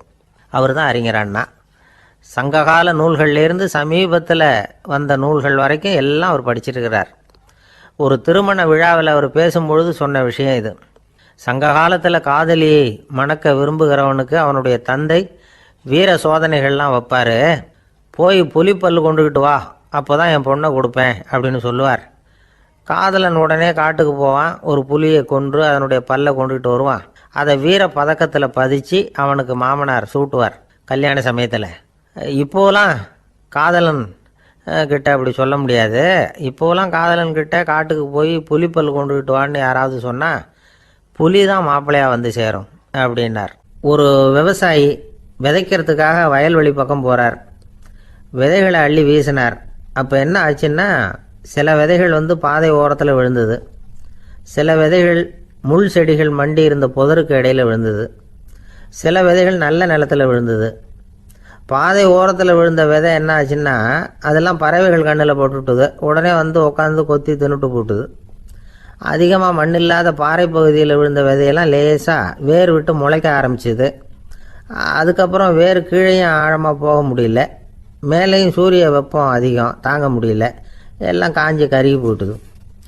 புதர் பகுதியில் சில விதைகள் விழுந்தது இல்லையா, முள் செடிகள் காடாக மண்டி போயிருந்தது.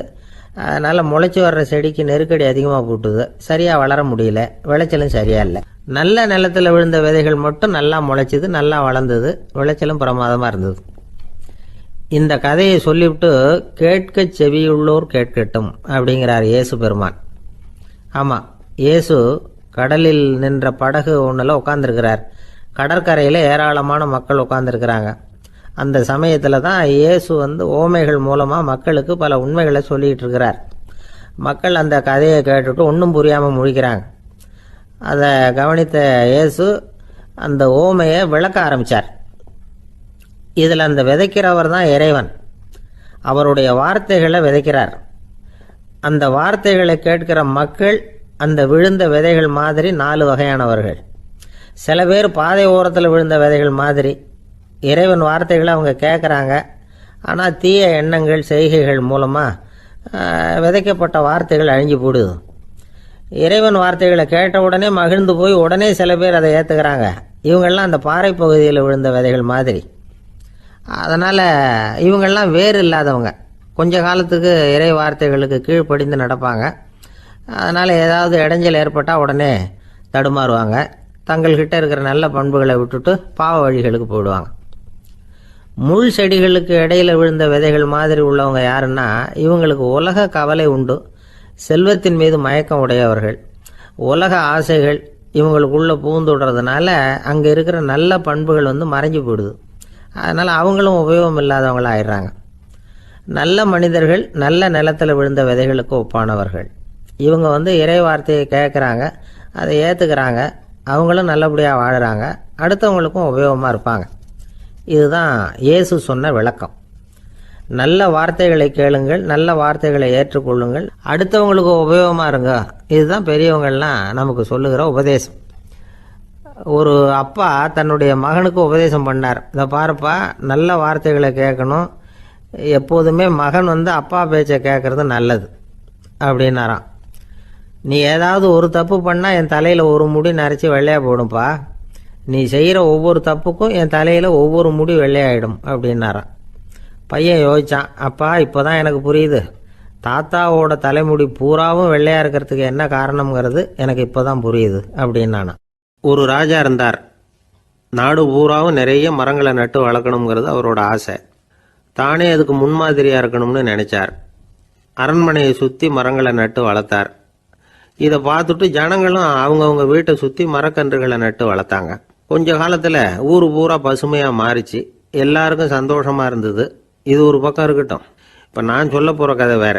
அதாவது அந்த ராஜா ஒரு நாள் தன்னுடைய அரண்மனையை சுற்றி இருக்கிற விதவிதமான மரங்களை எல்லாம் போய் பார்த்தார். எப்படி இருக்கிறீங்க அப்படின்னு ஒவ்வொரு மரத்துக்கிட்டையும் விசாரிச்சாராம். எந்த மரமும் சந்தோஷமாக இருக்கிறதா தெரியல. அது அதுக்கும் மனசில் ஒரு குறை. முதல்ல ஆலமரத்துக்கிட்ட போனார். அது சொல்லிச்சு, மண்ணா, நான் நல்லா பெருசாக வளர்ந்துருக்கிறேன், அடர்த்தியாக இருக்கிறேன், கிளையெல்லாம் 4 பக்கமும் நல்லா படர்ந்து தான் இருக்குது, இருந்தாலும் எந்த பிரயோஜனமும் இருக்கிறதா தெரியல எனக்கு. என்னுடைய பழம்லாம் ரொம்ப சின்னதாக இருக்குது, என் கண்ணுக்கு சரியாக புறப்பட மாட்டேங்குது. நான் இருக்கிற சைஸுக்கு என்னுடைய கிளையில் இருக்கிற பழம்லாம் எவ்வளவு பெருசாக இருக்கணும், அது இத்தினூண்டு இருக்கிறது எனக்கு பெரிய அவமானமாக இருக்குது. இப்படி இங்கே நின்றுக்கிட்டு இருக்கிறதே ரொம்ப கூச்சமாக இருக்குது. ஒரு நல்ல புயல் வந்ததுன்னா பேசாமல் சாஞ்சு விடலாமான்னு பார்க்குறேன் அப்படின்னு புலம்புது ஆலமரம். சரி இருக்கட்டும்னு நினச்சிக்கிட்டு ராஜா அடுத்தபடியாக ஒரு அத்தி மரத்துக்கிட்ட போனார். அதுவும் புலம்ப ஆரம்பிச்சுட்டுது. நான் கூட பெரிய மரம் தான், இல்லை இலையெல்லாம் அழகாக தான் இருக்குது, பழம் அழகாக இருக்குது, இருந்தாலும் உள்ள விஷயம் இல்லையே, அத்தி பழத்தை புட்டு பார்த்தா அத்தனையும் சொத்தை அப்படின்னு பழமொழியே உண்டாயிட்டுதே, இப்படி ஒரு கெட்ட பேரோடு நான் இருக்கணுமா அப்படின்னு புலம்புது அது. சரி இது இருக்கட்டும் அப்படின்னு சொல்லி அடுத்தபடியாக வேப்ப மரத்துக்கிட்ட போனார். அது தன்னுடைய வேதனையை வெளியிட்டது. எனக்கு எவ்வளவோ மருத்துவ குணங்கள்லாம் இருக்கிறதா சொல்லிக்கிறாங்க, இருந்தாலும் என்ன பிரயோஜனம், என்னுடைய பழத்தை மனிதர்கள் யாரும் விரும்பி சாப்பிட்றது இல்லையே அப்படின்னுது. ராஜா அடுத்தாப்புல இருந்து ஒரு பனை மரத்துக்கிட்ட போனார். நான் நல்லா உயரமாக தான் வளர்ந்துருக்கிறேன், மற்ற மரங்கள்லாம் என்னை வந்து அண்ணாந்து தான் பார்க்கணும், இருந்தாலும் என்கிட்ட நிழலுக்காக யாரும் வந்து ஒதுங்கிறது இல்லையே அப்படின்னுது. என்ன இது எல்லா மரமும் இப்படி திருப்தி இல்லாமல் இருந்துகிட்டு இருக்குதே அப்படின்னு நினச்சிக்கிட்டே ராஜா அடுத்தபடியாக அங்கே இருந்த ஒரு பைன் மரத்துக்கிட்ட போனார். அழகாக உயரமாக பசுமையாக தான் இருந்தது, ஆனால் பழமோ பூவோ கிடையாது. அதை நினச்சி அது வருத்தப்பட்டுக்கிட்டு இருக்குது. ஓக் மரம் அது ஒன்று நின்றுட்டு இருந்தது. அது என்ன சொல்லிச்சுன்னா, இலையுதிர் காலத்தில் என் மேலே இருக்கிற எல்லா இலைகளும் உதிர்ந்து போடுது, முடி கொட்டின மனிதர்கள் மாதிரி மொட்டையாக நான் நிற்க வேண்டி இருக்குது, என்ன வாழ்க்கை இது அப்படின்னு சொல்லி அழுத்துக்கிட்டது. சரி, புளிய மரம் என்ன சொல்லுது பார்ப்போம்னு அதுகிட்ட போனால், என்னுடைய நிழலில் யாருமே தங்க மாட்டாங்க, உடம்புக்கு சூடுன்னு ஒதுங்கி போயிடுவாங்க, அடிமரத்தை பார்த்தீங்கன்னா பட்டையெல்லாம் உறிஞ்சி பார்க்கறதுக்கே கேவலமாக இருப்பேன் அப்படின்னுது அது. முருங்கை மரம் என்ன சொல்லிச்சு தெரியுமா, என்னுடைய இலை காயெல்லாம் சாப்பிட்றவங்களுக்கு சத்து கொடுக்கறது வாசவம்தான், ஆனால் என் உடம்புல சத்தே கிடையாது, கொஞ்சம் வேகமாக காற்று அடிச்சதுன்னா முறிஞ்சி விழுந்துடுறேன், என்ன வாழ்க்கை இது அப்படின்னு சொல்லி அது வருத்தப்பட்டது. ராஜா யோசனை பண்ணார், என்ன இது மரங்கள் வந்து பூமியின் வரங்கள்னு சொல்கிறோம், மழை பெய்யறதுக்கு அதுதான் காரணம், பூமி செழிப்பாக இருக்கிறதுக்கும் அதுதான் காரணம், வீடு கட்டுறதுக்கு மரம், நாற்காலி செய்ய உபயோகப்படுத்துறதுக்கும் அதுதான் உபயோகப்படுது, மனுஷனுக்கு வேண்டிய ஆகாரங்களையும் கொடுக்குது, இப்படிலாம் இருந்தும் எல்லா மரமும் நிம்மதி இல்லாமல் இருந்துகிட்டு இருக்குதே அப்படின்னு நினைச்சார். அப்போ அங்கே இருந்த ஒரு மகிழ மரம் அவர் கண்ணில் பட்டுது. அந்த மரம் மட்டும் கொஞ்சம் நிம்மதியாக மகிழ்ச்சியாக இருக்கிறது மாதிரி தெரிஞ்சுது. உடனே ராஜா அதுகிட்ட போனார். உனக்கு மனசில் எதுவும் குறை இல்லையான்னு கேட்டார். இல்லை, நான் சந்தோஷமாக தான் இருக்கேன்னு அந்த மகிழ மரம். அப்படியான்னு ஆச்சரியமாக கேட்டார் ராஜா. ஆமாம் மன்னா, இந்த இடத்துல நீங்கள் ஒரு முருங்கை மரத்தையோ வேப்ப மரத்தையோ கூட நட்டிருக்கலாம், ஆனால் இந்த இடத்துல நடுறதுக்கு என்ன தேர்ந்தெடுத்துருக்குறீங்க, அதுவே எனக்கு பெருமை, அதுவே எனக்கு திருப்தி அப்படின்னு தான் மகிழ மரம். மகிழ மரம் சாதாரணமாக தான் இருக்கும், இளம் மஞ்சள் நிறத்தில் பூக்கள், அது காய்ந்தும் மனம் வீசும். மகிழ மரம் மாதிரி மன திருப்தியோடு வாழறதுக்கு நாம் கற்றுக்கணுமா. நாம் இந்த உலகத்தில் ஒரு நாயாவோ நரியாவோ கூட பிறந்திருக்கலாம், மனுஷனாக பிறந்திருக்கிறோம், அதுவே பெருமை தானே. இந்த நிறைவு தான் மகிழ்ச்சியின் ரகசியம். ஒரு பையன் அப்பா கிட்ட போய், அப்பா நீங்கள் இந்த உலகத்தில் ஒரு மனுஷனாக பிறந்தது என்னோட அதிர்ஷ்டம் நானா. ஏண்டா அப்படி சொல்கிறேன்னு இருக்கார் அப்பா. நீங்கள் ஒரு கரடியாக பிறந்திருந்தா இந்நேரம் நானும் ஒரு கரடி குட்டியாக தானே இருந்திருப்பேன் அப்படின்னு நானா பையன். துருக்மேனியாவில் அஷ்காபாத் அப்படின்னு ஒரு நகரத்தில் ஒரு புவியியல் விஞ்ஞானி இருந்தார். அவர் ஒரு நாய்க்குட்டி வளர்த்தார். ஒரு நாள் முன்னிரவு நேரம் ஒரு மேஜைக்கு முன்னாடி உட்காந்து அந்த விஞ்ஞானி ஏதோ கணக்கு போட்டுக்கிட்டு இருக்கிறார். அவருக்கு ஒரு சின்ன பெண் குழந்தை, அது தொட்டிலில் தூங்கிட்டு இருக்குது. அந்த நாய்க்குட்டியும் ஒரு மூலையில் படுத்து அது பாட்டுக்கு தூங்கிட்டு இருந்தது. ஒரே அமைதி. அந்த நேரத்தில் திடீர்னு அந்த நாய்க்குட்டி துள்ளி எழுந்திரிச்சது, நேராக குழந்தைகிட்ட ஓடிச்சு. அந்த குழந்தைய அது போட்டிருந்த ட்ரெஸ்ஸோடு சேர்த்து கவ்வி தூக்கிக்கிட்டு வாசல் பக்கம் ஓடிச்சு. நாய்க்குட்டி குழந்தைய கவ்வி தூக்க முடியுமாங்கிற சந்தேகம் உங்களுக்கு இல்லையா? நீங்கள் நம்ம ஊர் நாய்க்குட்டியவே பார்த்து பழக்கப்பட்டிருக்கீங்க, அதனால் நம்புறதுக்கு சிரமமாக இருக்கும். அந்த ஊர்லெலாம் அது ரொம்ப ஸ்ட்ராங்காக இருக்கும், ஒரு ஏதோ கண்ணுக்குட்டி மாதிரி இருக்கும். விஞ்ஞானி அதை பார்த்துட்டார். உடனே அந்த நாய்க்கு வெறி பிடிச்சிட்டுதுன்னு முடிவு பண்ணிவிட்டு தன்னோட கை துப்பாக்கி எடுத்துக்கிட்டு ஓடி வந்தார். அவர் வெளியில் நாய்க்குட்டி எங்கே அப்படின்னு பார்த்து தேடுறார். அந்த நேரத்தில் அந்த வீடு இடிஞ்சு விழுது. காரணம் பூமி அதிர்ச்சி. இப்படி பூமி அதிர்ச்சி உண்டாக போகுதுங்கிறது அந்த நாய்க்குட்டிக்கு முன்னாடியே தெரிஞ்சு போச்சு. அதுதான் குழந்தைய தூக்கிட்டு வெளியில் ஓடி வந்திருக்குது. அது மூலமாக அந்த குடும்பத்தையே காப்பாற்றிருக்குது அந்த நாய்க்குட்டி. இந்த சம்பவம் நடக்கிறதுக்கு 3 நாளைக்கு முன்னாடியே சில பிராணிகளுக்கு இப்படி நடக்க போகுதுங்கிறது தெரிஞ்சிருக்குதான். ஆமாம், அந்த நகரத்தில் 3 நாளைக்கு முன்னாடியே பாம்பு, பல்லி இதெல்லாம் அது தங்கியிருந்த வலையை விட்டு வெளியில் ஓடி வந்துட்டுது. அதே மாதிரி அங்கே இருந்த புறாவெல்லாம் பறந்து போயிடுச்சான்.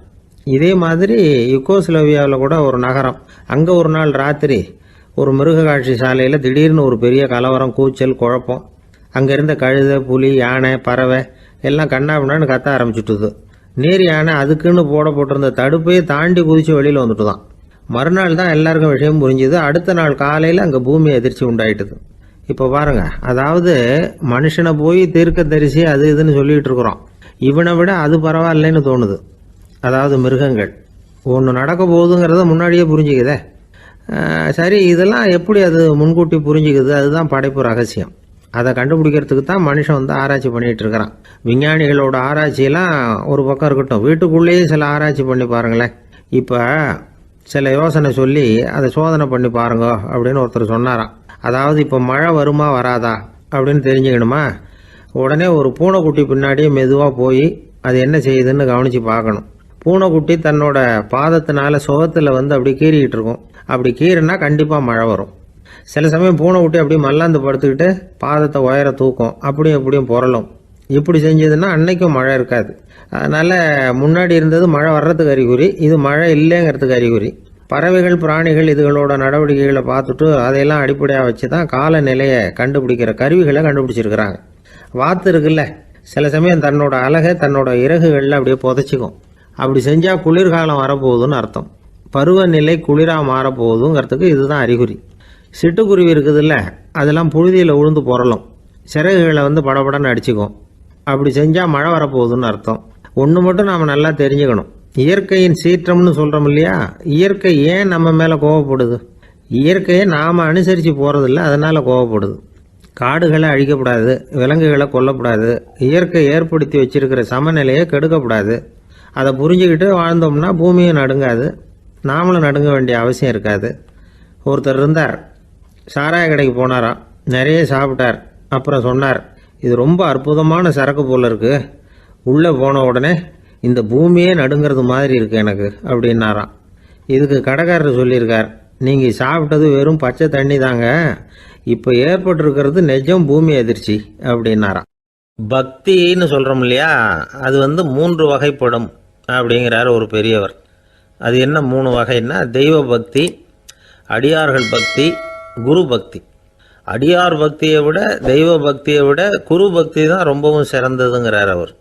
தெய்வத்துக்கிட்ட செஞ்ச பாவம் குருநாதர்கிட்ட தீர்ந்துருமா, குருநாதர்கிட்ட செஞ்ச பாவம் தெய்வத்துக்கிட்ட போனாலும் தீராதான். இப்படி பெரியவங்களாம் சொல்லி வச்சிருக்கிறாங்க. ஒரு காடு, அங்கே அயோத தௌமியர் அப்படின்னு ஒரு தபோதனர், அவர் பல மாணவர்களை ஒன்றா சேர்த்து ஒரு குருகுலம் நடத்திக்கிட்டு இருக்கிறார். பல தரப்பட்டவங்க பல திறப்பட்டவங்க மாணவர்கள் அதில் சேர்ந்து படிச்சுக்கிட்டு இருக்கிறாங்க. பாஞ்சால ராஜகுமாரன் ஒருத்தனும் அந்த குருகுலத்தில் சேர்ந்து படிச்சுக்கிட்டு இருக்கிறான். அவன் பேர் ஆருணி. பெரிய இடத்து புள்ள, இருந்தாலும் படுப்பில் ரொம்ப கெட்டிக்காரனாக இருந்தான். அவன் தான் அங்கே முதல் மாணவன். ஒரு நாள் குருநாதர் அந்த அரசகுமாரனை கூப்பிட்டார். நம்ம குருகுலத்துக்கு சொந்தமான வயலில் தண்ணீர் பெருகி வெள்ளம் வந்து பயிரை வந்து அழிக்குதான், அதனால் நீ போய் மடையை அடைச்சிட்டு வந்துடும் அப்படின்னார். அந்த அரசகுமாரன் உடனே புறப்பட்டான். குருநாதர் சொல்லிட்டார்ல, உடனே புறப்பட்டான். நான் பெரிய இடத்து பிள்ளையாச்சே, ராஜகுமாரனாச்சே, ரொம்ப செல்வாக்கூட வளர்ந்தவனாச்சே, நான் போய் வயலில் இறங்கி வேலை செய்கிறதா அப்படின்னுலாம் அவன் நினைக்கல. குருநாதர் கட்டளையை நிறைவேற்ற வேண்டியது நம்ம கடமை அப்படின்னு நினச்சான். உடனே ஒரு மண்வெட்டியை தூக்கி தோளில் வச்சுக்கிட்டு புறப்பட்டு போயிட்டான். வயலுக்கு போனான். பார்த்தான், தண்ணி கரையை உடச்சிக்கிட்டு வயலுக்குள்ளே ஏகமாக பாஞ்சிக்கிட்டு இருக்குது. இவன் மண்வெட்டியால் களிமண்ணை புல்லோடு சேர்த்து புல் பத்த மாதிரி வெட்டி வெட்டி போட்டான். இருந்தாலும் மடையை அடைக்க முடியல. தண்ணி அதை மீறி வந்துக்கிட்டே இருக்குது. தண்ணி வந்து வேகமாக வயலுக்குள்ளே போய்கிட்டே இருக்குது.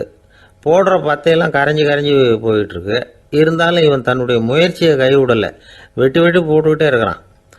காலையில் அங்கே போனவன் சாயந்தரம் வரைக்கும் இப்படி செஞ்சுக்கிட்டு இருக்கிறான். உடம்பும் மனசும் ரொம்பவும் சோர்ந்து போச்சு. இருந்தாலும் குருநாதர் இட்ட கட்டளையை நிறைவேற்றாமல் இருக்கிறோமேங்கிற ஒரு குறை அவனுக்கு இருக்குது. குரு கட்டளையை நிறைவேற்றாத நான் வந்து இன்னமும் இருக்கணுமா அப்படின்னு யோசனை பண்ண ஆரம்பிச்சிட்டான். என்ன செய்யலாம்னு பார்த்தான். நம்ம குருநாதர் இட்ட பணிக்காக இந்த உடம்பையே தியாகம் பண்ணலாம் அப்படின்னு முடிவு பண்ணான். தண்ணி பாயுதில்ல, அதுக்கு குறுக்க விழுந்து அப்படியே மடையை அடைச்சிக்கிட்டு அப்படியே படுத்துட்டான். இது மற்றவங்களுக்கு தெரியாது. அன்னைக்கு ராத்திரி ஒரு விளக்கு முன்னாடி உட்காந்து குருநாதர் பிள்ளைங்களுக்கு பாடம் சொல்லி கொடுத்துக்கிட்டு இருக்கிறார். முதல் வரிசையில் இருக்கக்கூடிய ராஜகுமாரனை காணலை. நம்ம ஆருணி எங்கே போனா அப்படின்னு சொல்லி மற்ற மாணவர்களை விசாரித்தார்.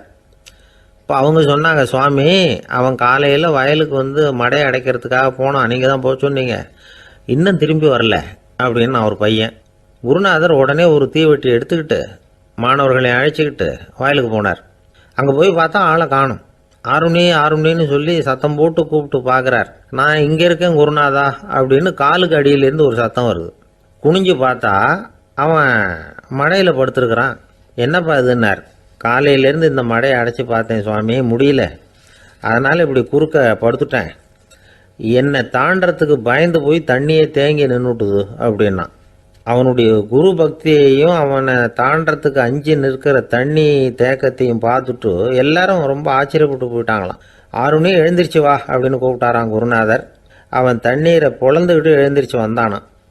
அதனால் அவனுக்கு உத்தாலகன் அப்படின்னு ஒரு பேர். உத்தாலகன்னா தண்ணீரை பிளந்தவன் அர்த்தம்.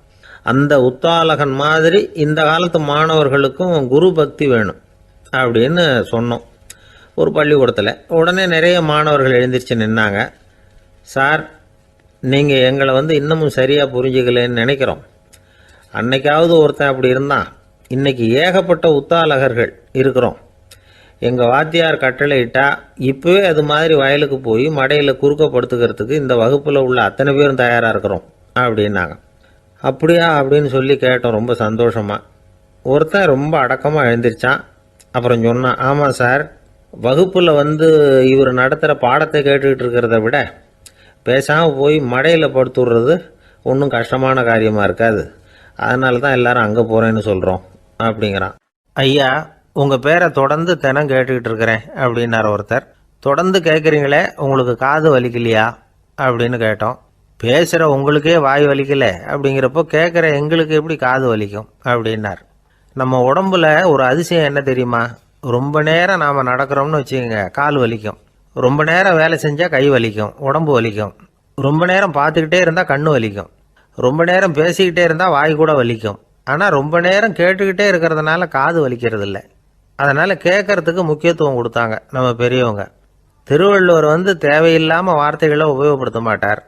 ஒரு திருக்குறள்னு எடுத்துக்கிட்டாவே அதில் மொத்தம் 7 வார்த்தைகள், அவ்வளவுதான். அப்படி 7 வார்த்தைகள் மட்டுமே உள்ள ஒரு திருக்குறளில் வள்ளுவர் ஒரே வார்த்தையை 5 தடவை உபயோகப்படுத்தியிருக்கிறார், திரும்ப திரும்ப பயன்படுத்தியிருக்கிறார். அப்படின்னா அதை எந்த அளவுக்கு வலியுறுத்தி சொல்கிறார் அப்படிங்கிறத நாம் புரிஞ்சுக்கணும். அது என்ன குறள்? செல்வத்துள் செல்வம் செவிச்செல்வம், அச்செல்வம் செல்வத்துள் எல்லாம் தலை. செவிச்செல்வம்ங்கிறது அவ்வளவு முக்கியமானது. கற்றலின் கேட்டல் நன்று. அதிகம் கேட்கணுங்கிறதுக்காகத்தான் எவ்வளவு கேட்டாலும் காது வலிக்கிறதில்ல.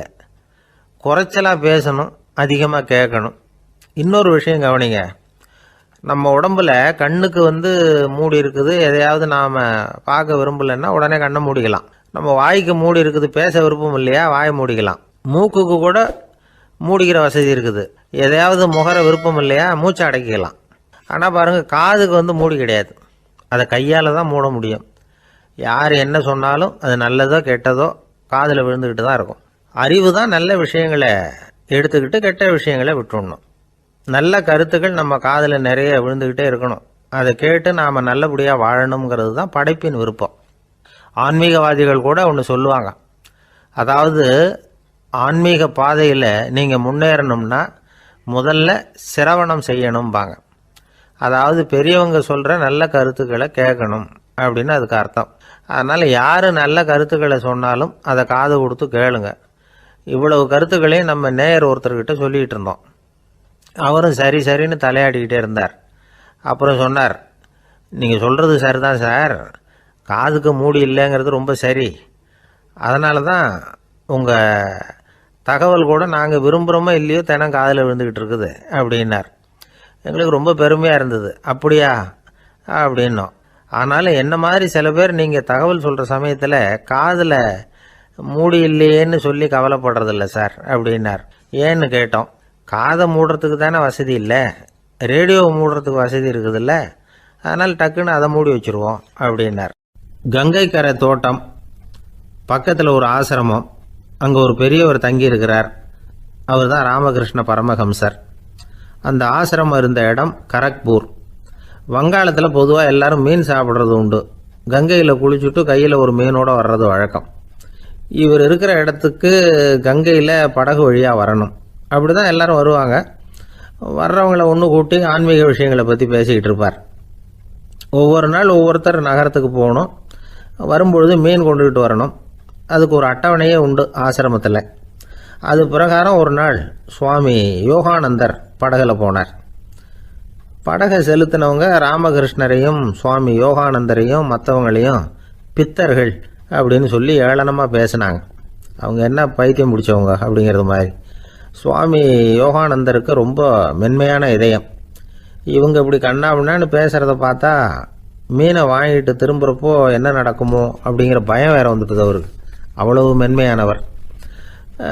இதை தெரிஞ்சுக்கிட்ட ராமகிருஷ்ணர், யோகானந்தா இங்கே வா அப்படின்னு கூப்பிட்டார். இவர் கண்ணீரை தொடச்சிக்கிட்டே கிட்ட போனார். சொன்னார், ஐயா, படகு ஓட்டுறவங்க உங்களை பற்றி மோசமாக பேசுகிறாங்க. என்ன திட்டினா பரவாயில்ல, ஆனால் உங்களை அவங்க திட்டுறாங்க, அதை என்னால் தாங்கிக்க முடியல அப்படின்னார். இதை கேட்டதும் ராமகிருஷ்ணருக்கு கோபம் வந்துட்டு தான். என்னது, உன்னுடைய குருவை பற்றி அவங்க மோசமாக பேசும்பொழுது நீ சும்மா இருந்தியா? வெளியில் போ அப்படின்னு விட்டார். குரு நிந்தனை செய்கிறப்போ அதை கேட்டுக்கிட்டு சும்மா இருக்கலாமா? குரு நிந்தனையை கேட்டால் பாவம் இல்லையா? என்னை தூற்றும் போது அவங்க பாவம் செய்கிறாங்க, அதை கேட்டுக்கிட்டு நீ சும்மா இருந்தால் நீயும் பாவம் செய்கிற அப்படின்னாராம். அடுத்த நாள் சுவாமி நிரஞ்சனானந்தர் போக வேண்டிய நாள். இவர் படகுல போகும்பொழுதும் அதே மாதிரி நடந்துதான். அவங்க மோசமாக பேச ஆரம்பித்தாங்க, திட்ட ஆரம்பித்தாங்க. அப்படி கேலி பண்ண ஒருத்தனை இவர் என்ன பண்ணார், பலார்னு கன்னத்தில் அரைஞ்சிட்டார். இன்னொருத்தனை கங்கையில் தூக்கி எறியறதுக்கும் தயாராகிட்டார். அதுக்கப்புறம் அவங்க யாரும் வாயை திறக்கலை. மீன் வாங்கிட்டு வர்றப்பவும் படகுல ஒரே அமைதி. அவ்வளவு பயம் அவங்களுக்கு. ராமகிருஷ்ணர் கூப்பிட்டு விசாரித்தார் என்ன நடந்ததுன்னு. இவர் சொன்னார், அவர் யோகானந்தா போகும்பொழுது என்ன நடந்ததோ அப்படியே தான் இப்பவும் நடந்தது. குரு நிந்தனை செய்கிறத கேட்டுக்கிட்டு நான் சும்மா இருப்பேனா? ஒருத்தனை அப்படியே அரைஞ்சுட்டேன், இன்னொருத்தனை ஆற்றுல தூக்கி போட்டுருவேன்னு பயமுறுத்தினேன், அவ்வளவுதான் அப்படின்னாராம். இப்போவும் ராமகிருஷ்ணருக்கு கோபம் வந்துட்டு தான். என்ன இது, அணியறது காஷாயம், இருக்கிறது ஆசிரமம், உனக்கு இவ்வளவு கோபம் வந்ததுன்னா அப்புறம் என்னத்துக்கு ஆசிரமத்தில் இருக்கணும்? பிரம்மச்சாரி எப்பவும் அமைதியாக இருக்கணும் அப்படின்னு அறிவுரை சொன்னாராம் ராமகிருஷ்ணர். அப்போ இவர் கேட்டாராம், ஏங்க அவருக்கு ஒரு விதமான அறிவுரை சொன்னீங்க, எனக்கு வேற விதமாக அறிவுரை சொல்கிறீங்க, இதில் எது உண்மை அப்படின்னு கேட்டிருக்கார்.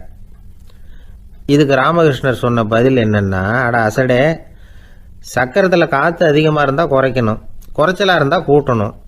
அவன் சாது, அவனுக்கு அதிக உணர்ச்சி தேவை, உனக்கு படபடப்பு அதிகம், உனக்கு பொறுமை தேவை அப்படின்னாராம். இதில் உள்ள கருத்து என்னென்னா, கல்விங்கிறது எப்படின்னா அதை சூழ்நிலைக்கு தகுந்த மாதிரி கற்பிக்கணும்.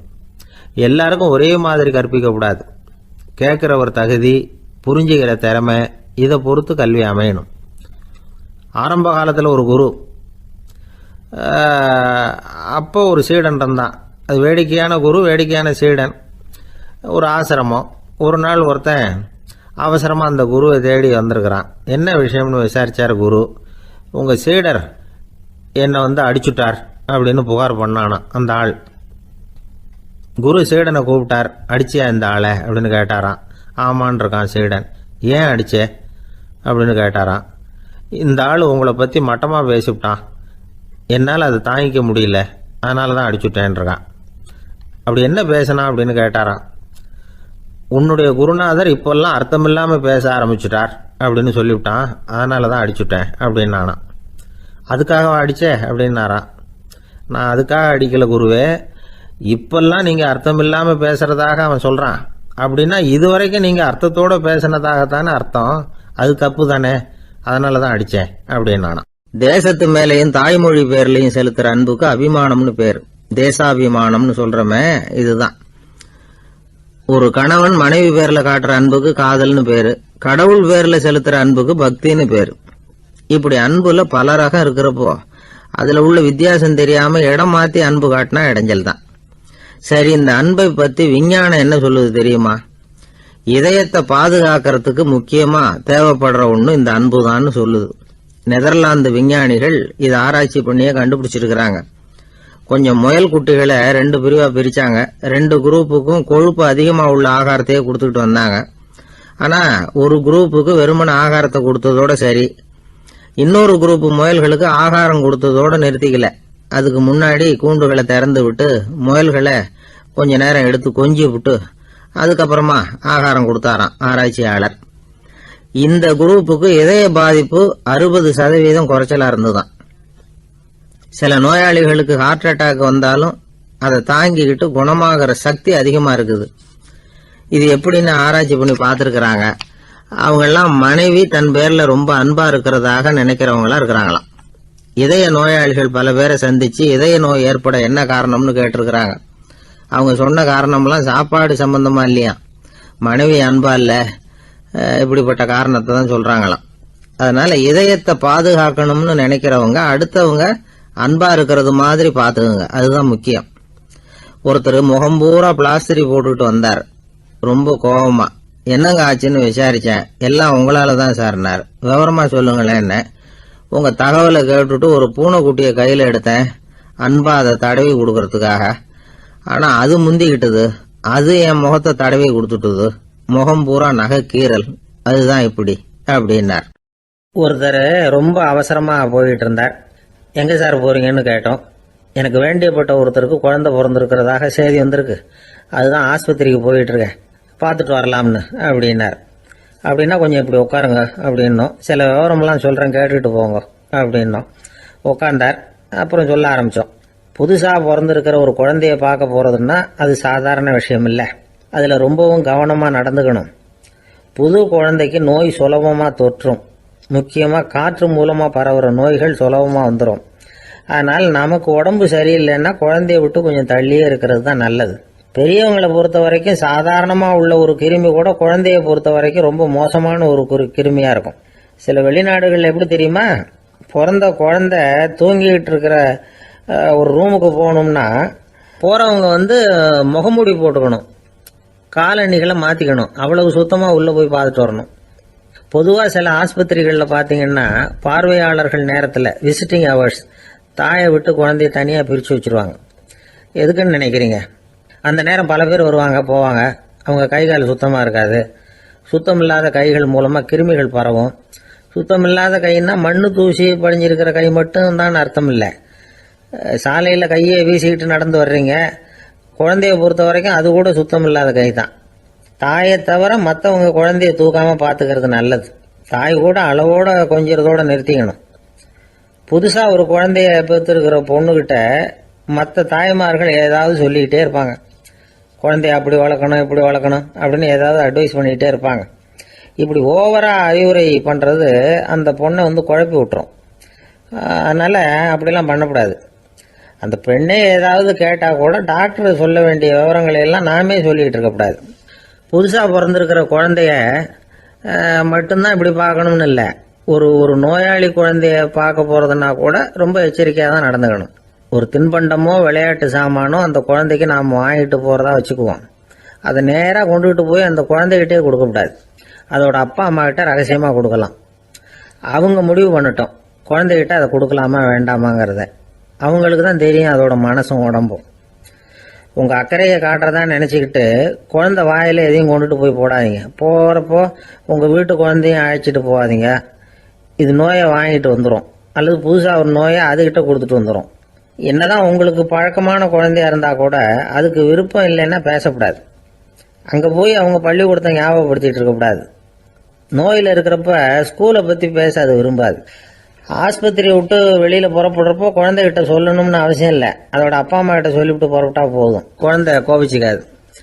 சமூக சம்பிரதாயத்தை பற்றி அது கவலைப்படுறதில்லை. இப்படி எல்லா விவரமும் நம்ம எதிரில் உட்காந்துருந்தவங்க கிட்ட சொல்லி முடித்தோம். ரொம்ப நன்றி சார் அப்படின்னு சொல்லிவிட்டு அவர் புறப்பட்டார். குழந்தைங்க கொஞ்சம் வளர்கிற வரைக்கும் தான் நாம் எச்சரிக்கையாக இருக்கணும்னு இல்லை, வளர்ந்த பிறகு இன்னும் எச்சரிக்கையாக இருக்கணும். ஒரு பையன் பள்ளிக்கூடத்துலேருந்து திரும்பி வீட்டுக்கு வந்தான். முகம் பூரா நகத்தால் கீறி இருந்தது. அப்பா பார்த்து பயந்துட்டார். யாருடா உன்னை இப்படி பண்ணது அப்படின்னாரு. என் கூட படிக்கிற இன்னொரு பையன்னா. நாளைக்கு உன் கூட பள்ளிக்கூடத்துக்கு வர்றேன், நீ எனக்கு அவனை அடையாளம் காட்ட முடியுமான்னார். அது ரொம்ப சுலபம் நான் பையன். எப்படின்னார் அப்பா. அவன் காதில் ஒன்று கையோடு எடுத்துகிட்டு வந்திருக்கிறேன், இதோ என் பையில தான் வச்சுருக்கேன் அப்படிங்கிறான் அந்த பையன். அள்ள அள்ள குறையாதது அட்சய பாத்திரம், அது நமக்கு தெரியும், கேள்விப்பட்டிருக்கிறோம். ஆனால் போட போட நிரம்பாத ஒரு பாத்திரம் உண்டு. அது என்ன தெரியுமா? நம்மளில் பல பேர்கிட்ட அந்த பாத்திரம் உண்டு. அதுதான் பேராசை அப்படிங்கிற பாத்திரம். அதை நிறைவு செய்யவே முடியாது. பேராசையை பற்றி சுஃபி இலக்கியத்தில் ஒரு பிரபலமான கதை உண்டாம். அதை ஒரு பெரியவர் எடுத்து சொல்லியிருக்கிறார். ஒரு மன்னர் நகர்வலம் போயிட்டு இருக்கார். ஒரு பிச்சைக்காரன் மன்னர் எதிரில் வரான். பிச்சை போடுங்கிறான். என்னுடைய அமைதியை கெடுக்காதே போங்கிறார் மன்னர். அவன் சிரிக்கிறான்.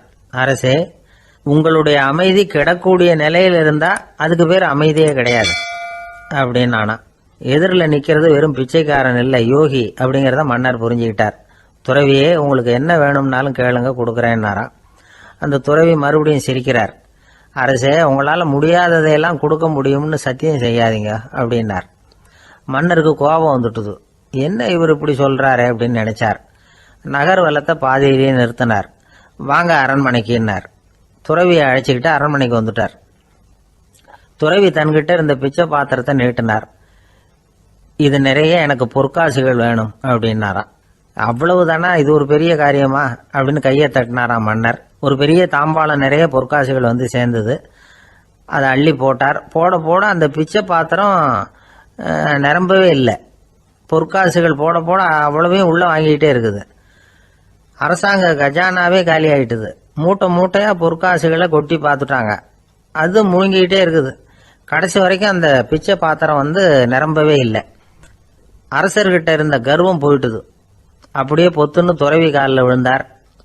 அப்போ அந்த துறவி சொன்னாராம், மன்னா, இந்த பிச்சை பாத்திரத்தை உங்களால் மட்டும் இல்லை, வேற